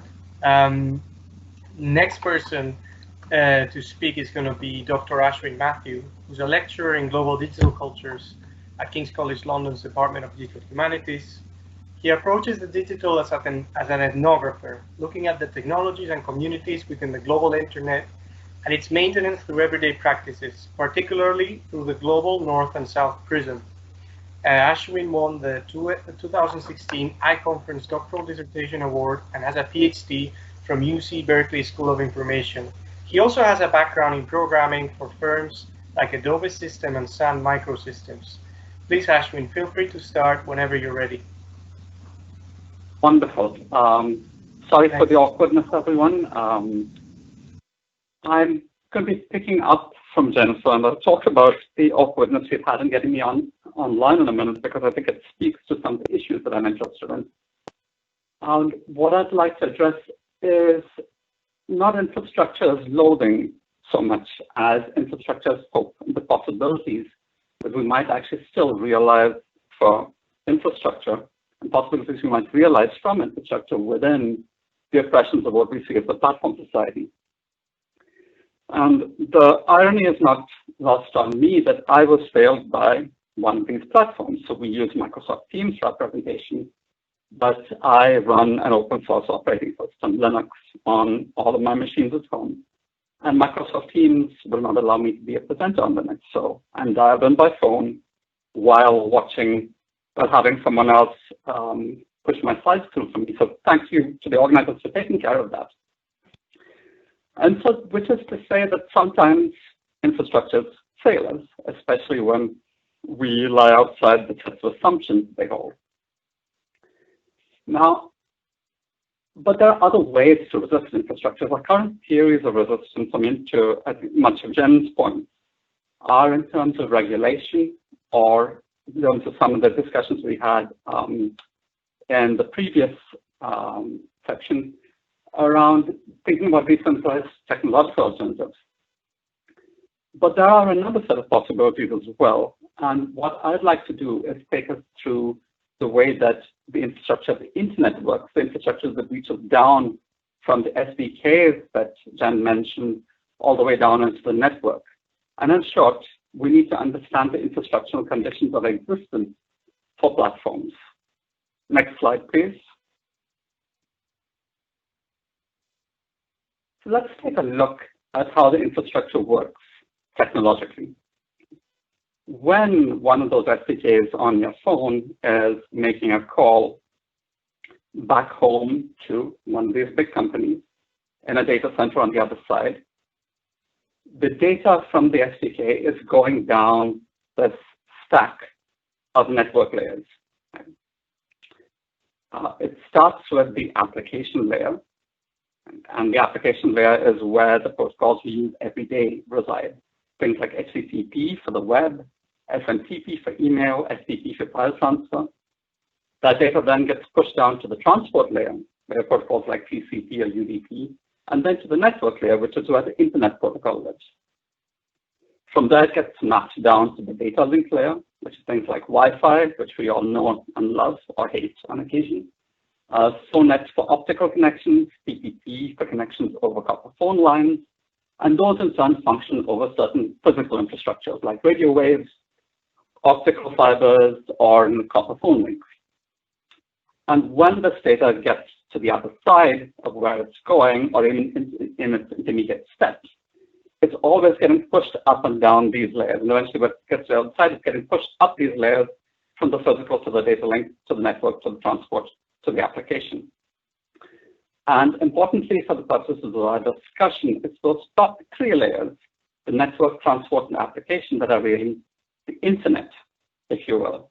The lower layers exist prior to the internet and run a variety of other services as well. Now, why should we care about this? This is the kind of thing that you would find in a computer science textbook. But just as we should care about SDKs and permissions, we should care about this simply because behind every technology, there's some kind of arrangement of power, some kind of political economy. And the political economies of infrastructure vary at each of these levels and are quite distinct from that we see at the layer of the platforms. Next slide, please. Now, this next slide is a little bit of a mess. I've been trying to compress as much detail as I possibly could. But let's start by looking right at the bottom, where the surface of the internet that we've been talking about are these large players, Google and Apple and Facebook and Amazon and Microsoft. The physical layer of the internet is ultimately overseen, on the one hand, by nation states, because they set regulation for infrastructures within their borders. Infrastructures operate internationally, whether submarine cables or satellites, through international treaties.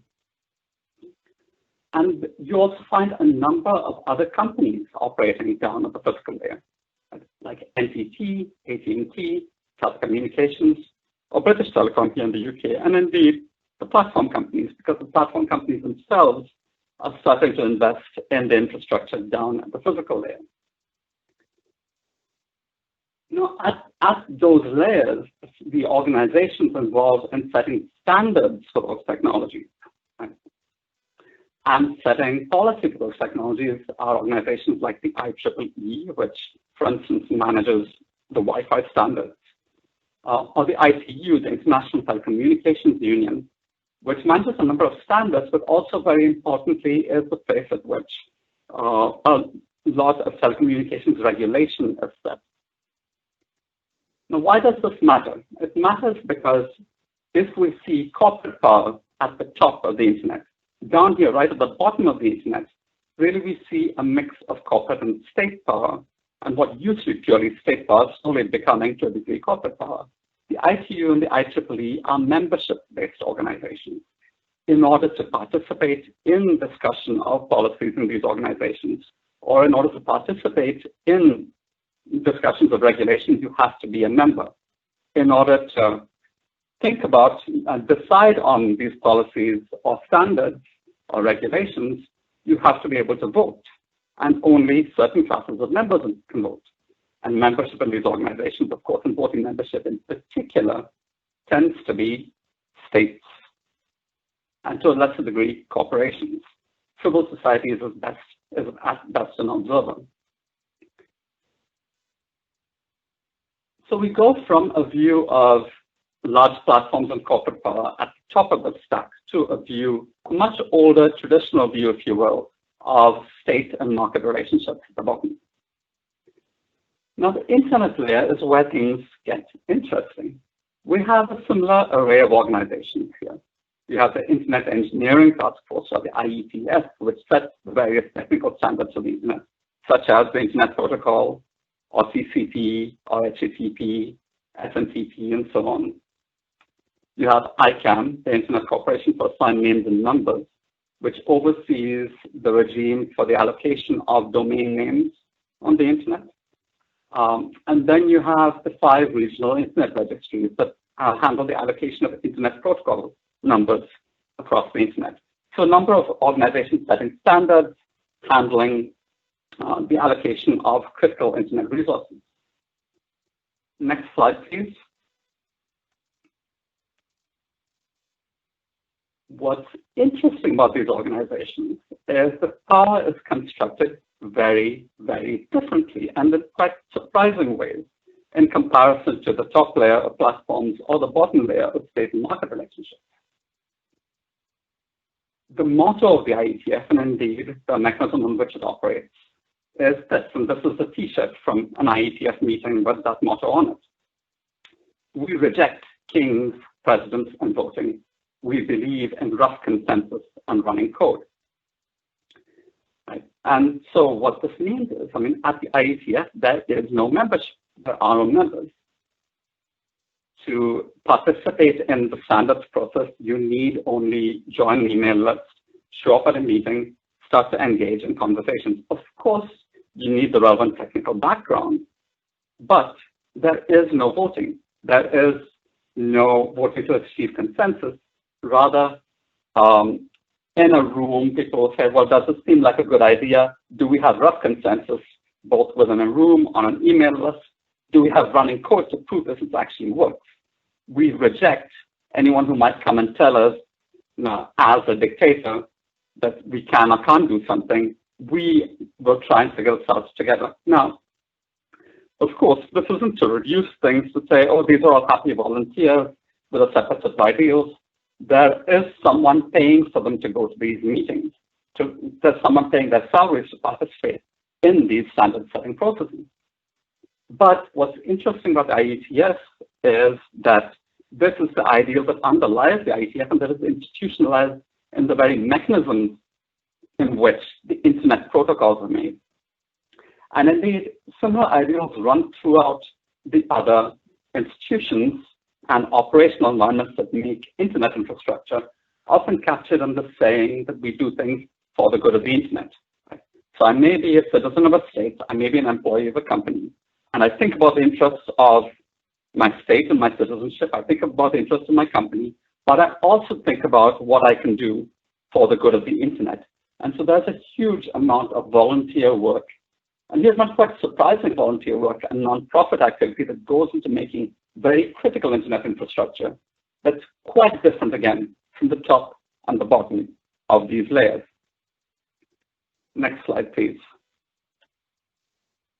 And so when I say that there are infrastructural possibilities in the platform society, for me, it's at this internet layer where the possibilities lie. But even as we see these large companies quite rightly as exerting their power over us, if we pay attention to infrastructural conditions of their existence, the conditions that allowed them to consolidate their power, we can actually start to see a world in which the alternatives have already been imagined, and indeed a world which we might leverage to think about new alternatives. With that, I'll close. Thank you all for your attention. Thanks a lot. That was very interesting and a good insight into a world that many internet users actually don't know much about. We are going to finish the presentations on this panel before the Q&A, with Dr. Mark Coté. Dr. Mark Coté is a researcher in critical digital methods, focusing on the social, cultural, and political economic dimensions of big data, algorithms, and machine learning. His work is highly cross-disciplinary, working with computer scientists, data scientists, and digital artists in projects funded by Horizon 2020, the EPSRC, and the AHRC. He has partnered with the Tactical Tech Collective, Open Data Institute, British Library, and the Somerset House Gallery, among others. He is also convener of the M&A in Data Culture and Society at King's College London. So, Mark, feel free to start whenever you're ready. Thank you very much, Roy. Hopefully everyone can hear me. I'm not going to use any slides. I'm not going to tempt fate. But I do want to start, I just want to say thank you to our PhD students who persevered in our Corona time to make this conference happen. We see opportunities and challenges, of course, doing it this way, but thank you very much. It's really great to have an opportunity to participate. I am going to contribute relatively quickly, mostly with a series of questions that have arisen, particularly from the last two speakers, Jennifer and Ashwin. But in relation to what something that pretty much all of our speakers have raised is the question of surveillance. So I guess I want to ask, is surveillance an invariable vector for mobile digital technology? Or is it something that we should see as a political application that has been enacted through a particular genealogy of power? So when we see problematic developments around digital surveillance, we're getting into that realm where I think that we can generally say this is what we should be fearing, this is what we should be loathing. Really briefly, just talking about the UK example, this means actually looking at the kind of technological solutions that have been proposed and not yet actually enacted to the pandemic. But I think that if we do that, that we should look to, for example, the emergence of the UK Joint Biosecurity Centre, something driven very much by Dominic Cummings, something that's centralized within 10 Downing Street, something that's an entity now that is the one that is setting the risk levels in the country, which calibrates what we can and can't do. We should look to the NHS in this country has been rightly lauded for playing an absolute crucial role. But I think it's important to look at, let's say, NHSX, which is the innovation wing, and look at the NHSX cloud and the API getting into those infrastructural components that Ashwin was talking about, which again, in and of itself, isn't necessarily problematic because it means health data becomes interoperable. And if that is deployed in the name of public health, and that's something that within certain restrictions, I think people could get behind. But then we look a little bit deeper and we see already the kinds of companies that data has been shared with, which includes Palantir, which is headed by, I think it's Peter Thiel, who is backing Trump's re-election campaign. We see the emergence of Faculty, which are the data analytics firm that Dominic Cummings had working for Vote Leave and now has reformed and has already been given 9 contracts. We even look at Amazon, we see Google.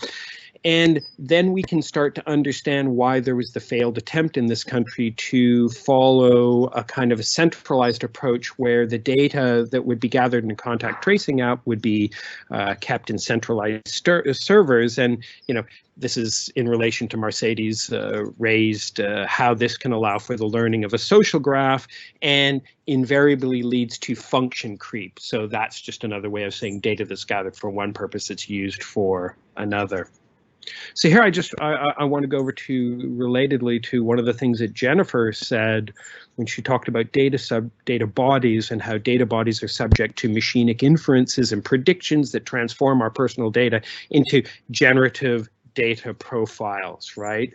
So again, inference and prediction in and of themselves are not inherently problematic, but we have to ask inference and prediction to what end. And here is the last term that Ashwin said struck me, where he talked about thinking in terms of the consolidation of power. And that's a very real risk from the political application of technology, specifically in the UK, as a means to address the pandemic.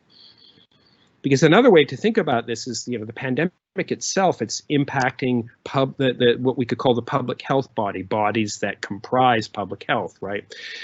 And I just want to give a really brief quote from a professor of critical care medicine at Johns Hopkins, and she said that if we've learned anything over the past couple of months, it's that this disease, COVID-19, is extremely heterogeneous in presentation.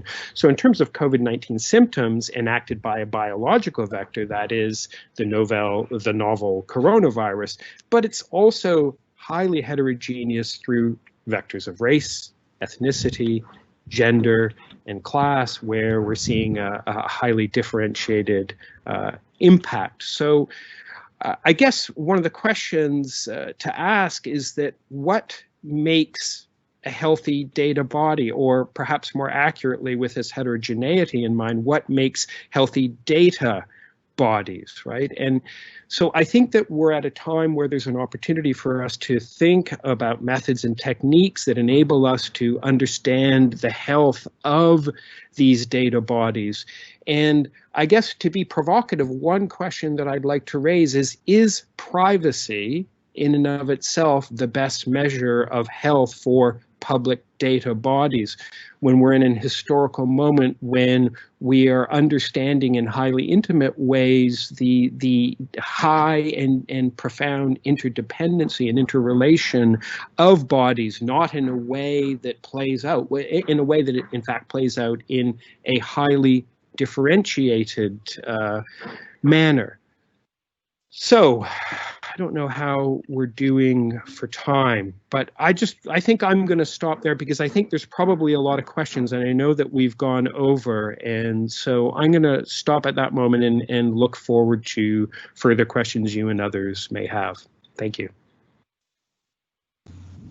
Thanks a lot, Mark. Actually, well, we're going to work in the same way as in the previous panel. So we'll just go to Jennifer first, and then Ashwin, and then Mark.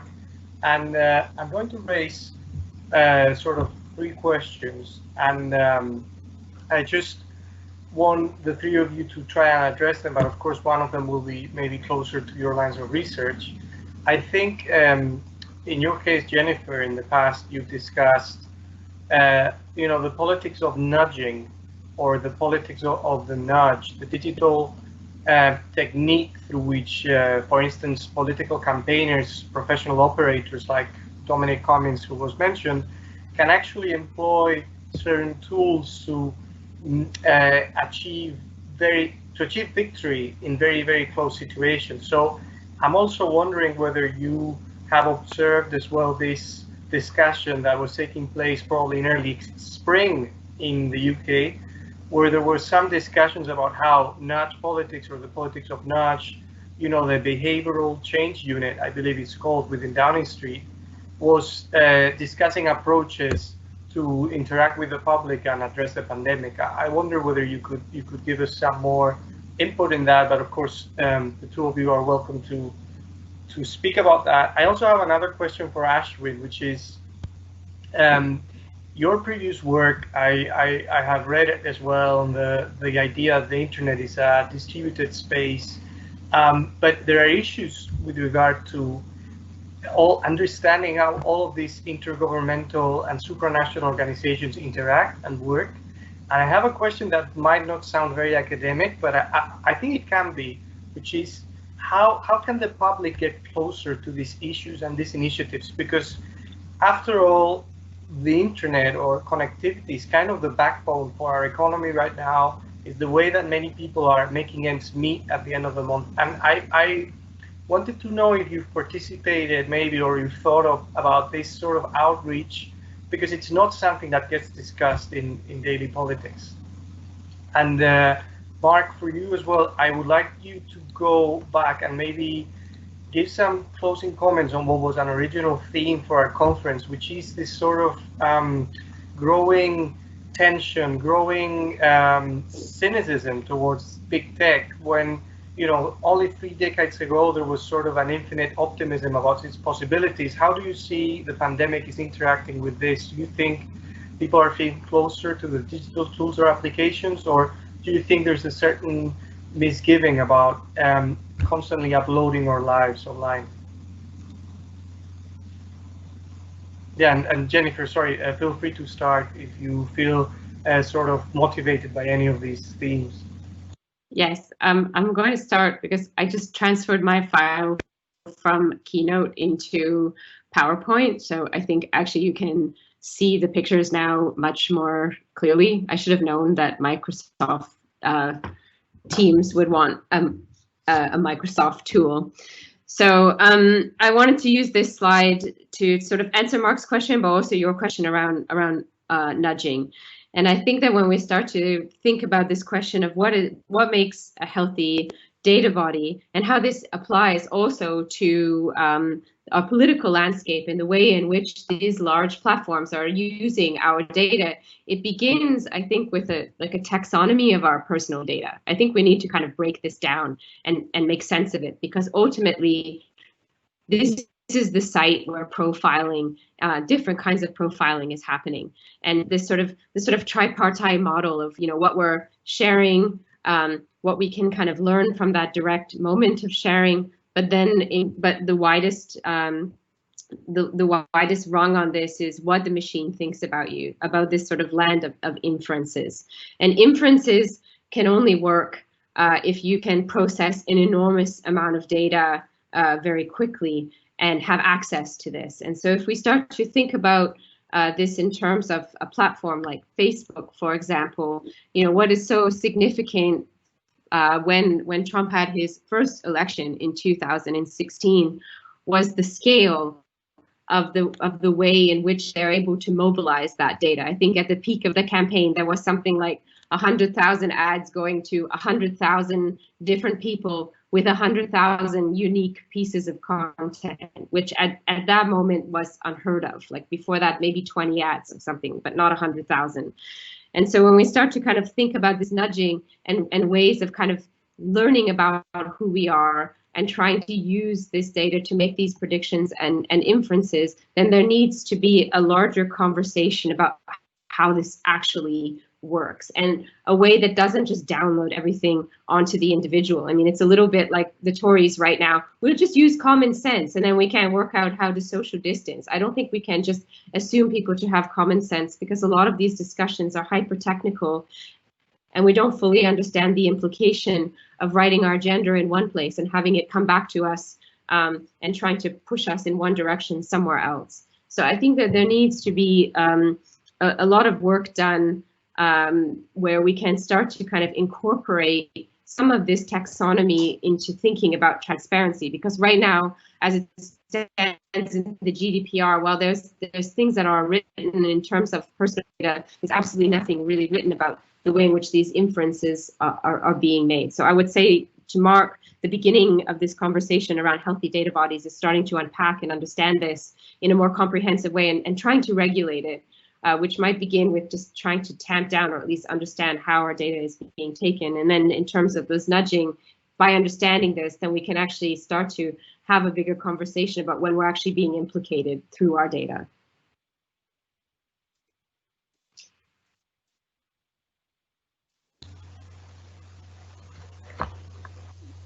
Yeah, so Ashwin, if you can hear us. Sure, Roy. I think I can address both your question and Mark's question together. There are some very interesting observations on the way that we might interact with the infrastructures that make the modern world. So to your point, right, can the public get closer? Is there some kind of outreach possible?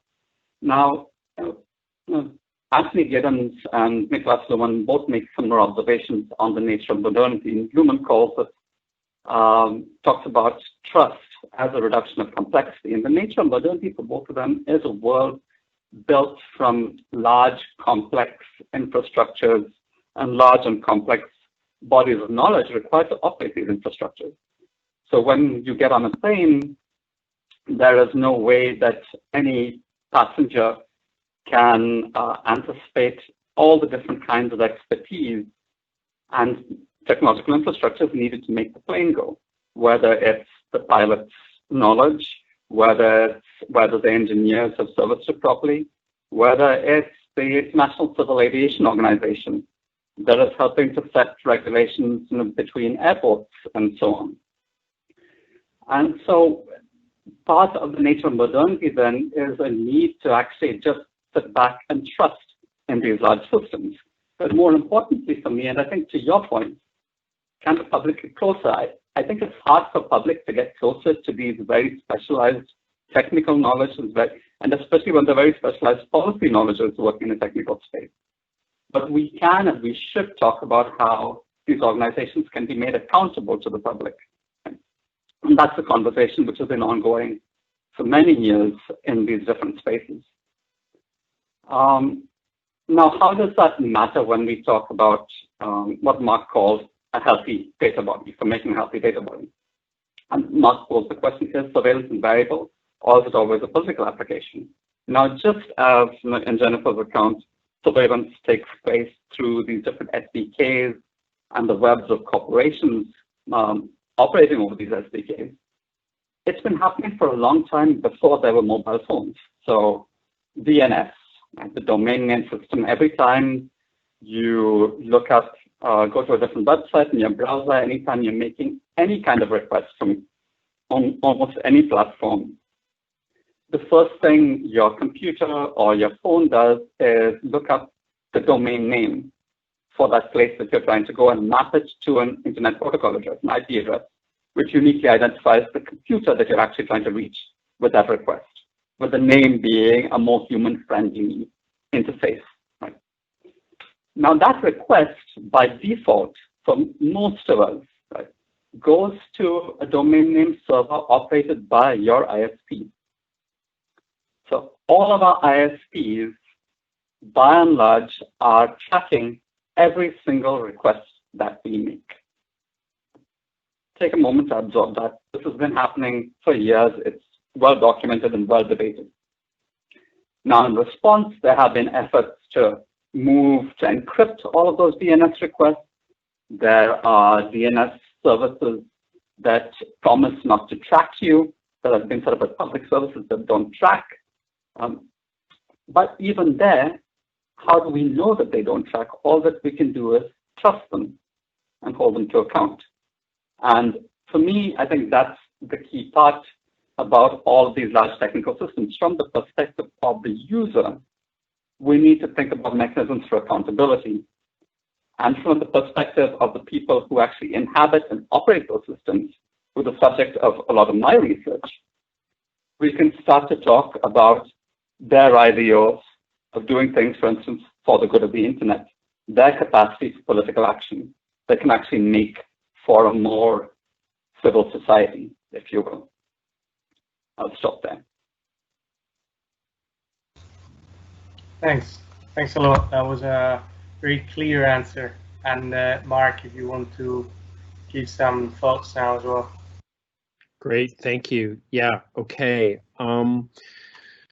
See, I think it's important, and I think that this is an opportune moment for us to think about that, how we've gone from maybe some kind of optimism toward increasing tension and cynicism really quickly, because we've talked about it a lot today. I think kind of thinking about that through contact tracing apps is one way we can do that. I mean, we've already talked about the kind of the centralized versus the more decentralized approaches like PEPPT or DP3T, etc. In simpler terms, you know, as has also been pointed out, we're talking about Bluetooth here. Now, on the surface, we think Bluetooth, we think proximity, not location. And if it's decentralized, then that must be better, no? But here's, I think, also when we should think about, Bluetooth technology is already extremely widely deployed in digital advertising and marketing, right? The Google Meet, the Google Beacon, for example, it's integrated with Google Ads for store visit tracking,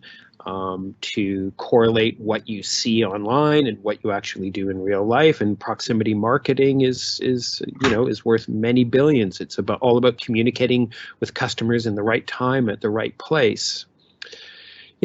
If we want to think in terms of optimism, I suppose, and if we go back to thinking about contract tracing apps or some kind of data-driven solution or approach to help facilitate containment and kind of post-pandemic life, we could be optimistic. I wrote a paper with a bunch of colleagues in Europe, mostly computer scientists, which foregrounded the idea of personal data stores that people have individually, where there's a kind of a privacy preserving level of granularity, and where we have far more control over the data that we produce and that's collected and how it's shared.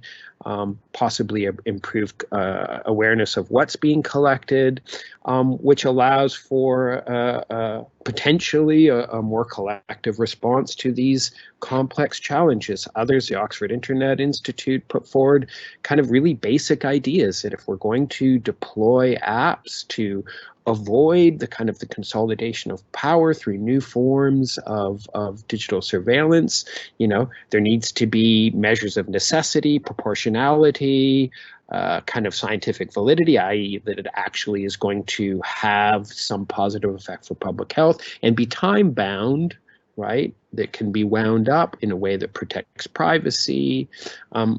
So I think that we have a kind of an ethical framework that can be applied to technological approaches. And, I'll say for myself, naively, early doors in this pandemic, when we were kind of in the grips of kind of a collective panic, certainly I was. I mean, I certainly momentarily forgot my Foucault, which is something considering he was a core part of my dissertation.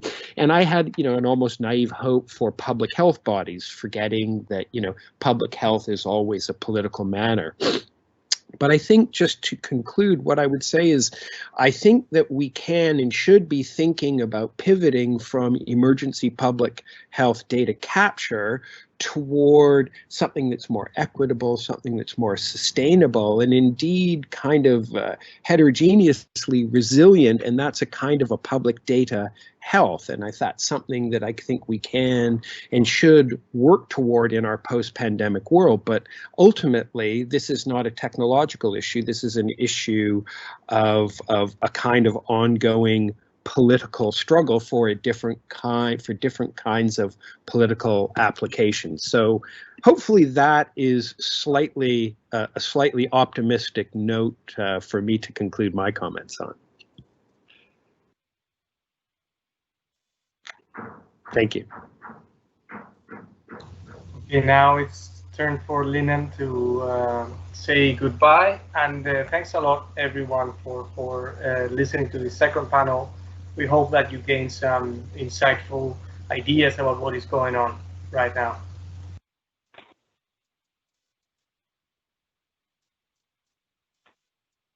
All right. Hi, it's me again. Thank you for the wonderful discussions about data surveillance in times of pandemic. Although we have been through some minor technical difficulties, thank you for your patience, but still, I really enjoyed the two panels, and the audience also raised some very interesting points during the Q&A sections. I will keep my closing as quick as I can. I think that this year's conference has represented both the old and the new.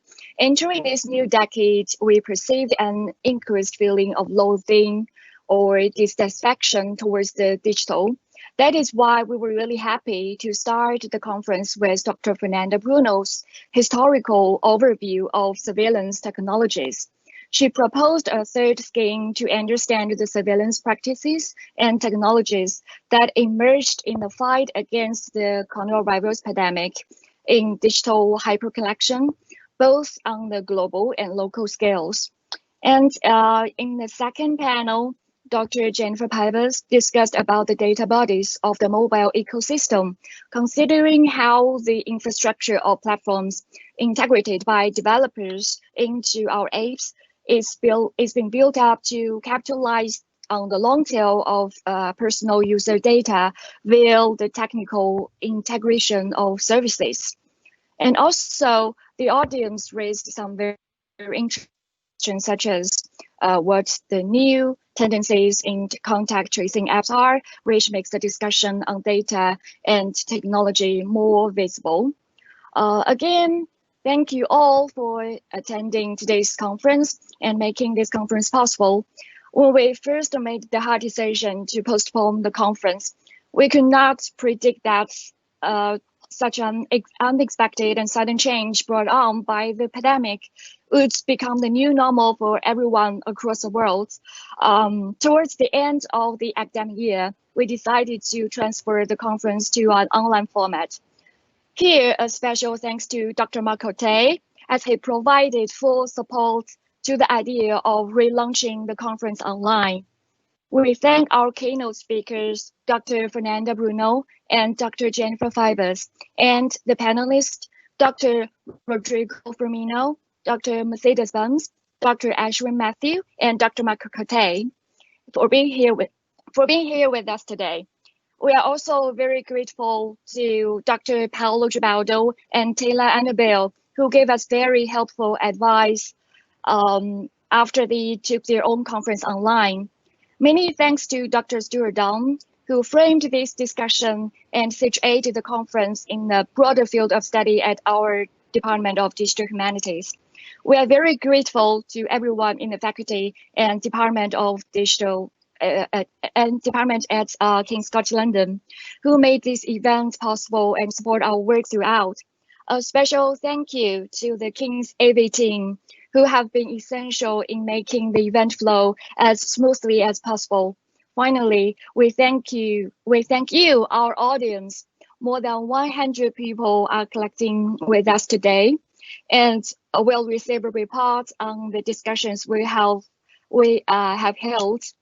I hope that someday we can meet in person to continue the discussion. Please stay safe and healthy. Best wishes on behalf of the conference team, Chris, Roy, and myself, Nina. Thank you. Thank you all. Enjoy your weekends. Yeah, we made it. And thank you to our PhD student community. I know you are there. Thank you.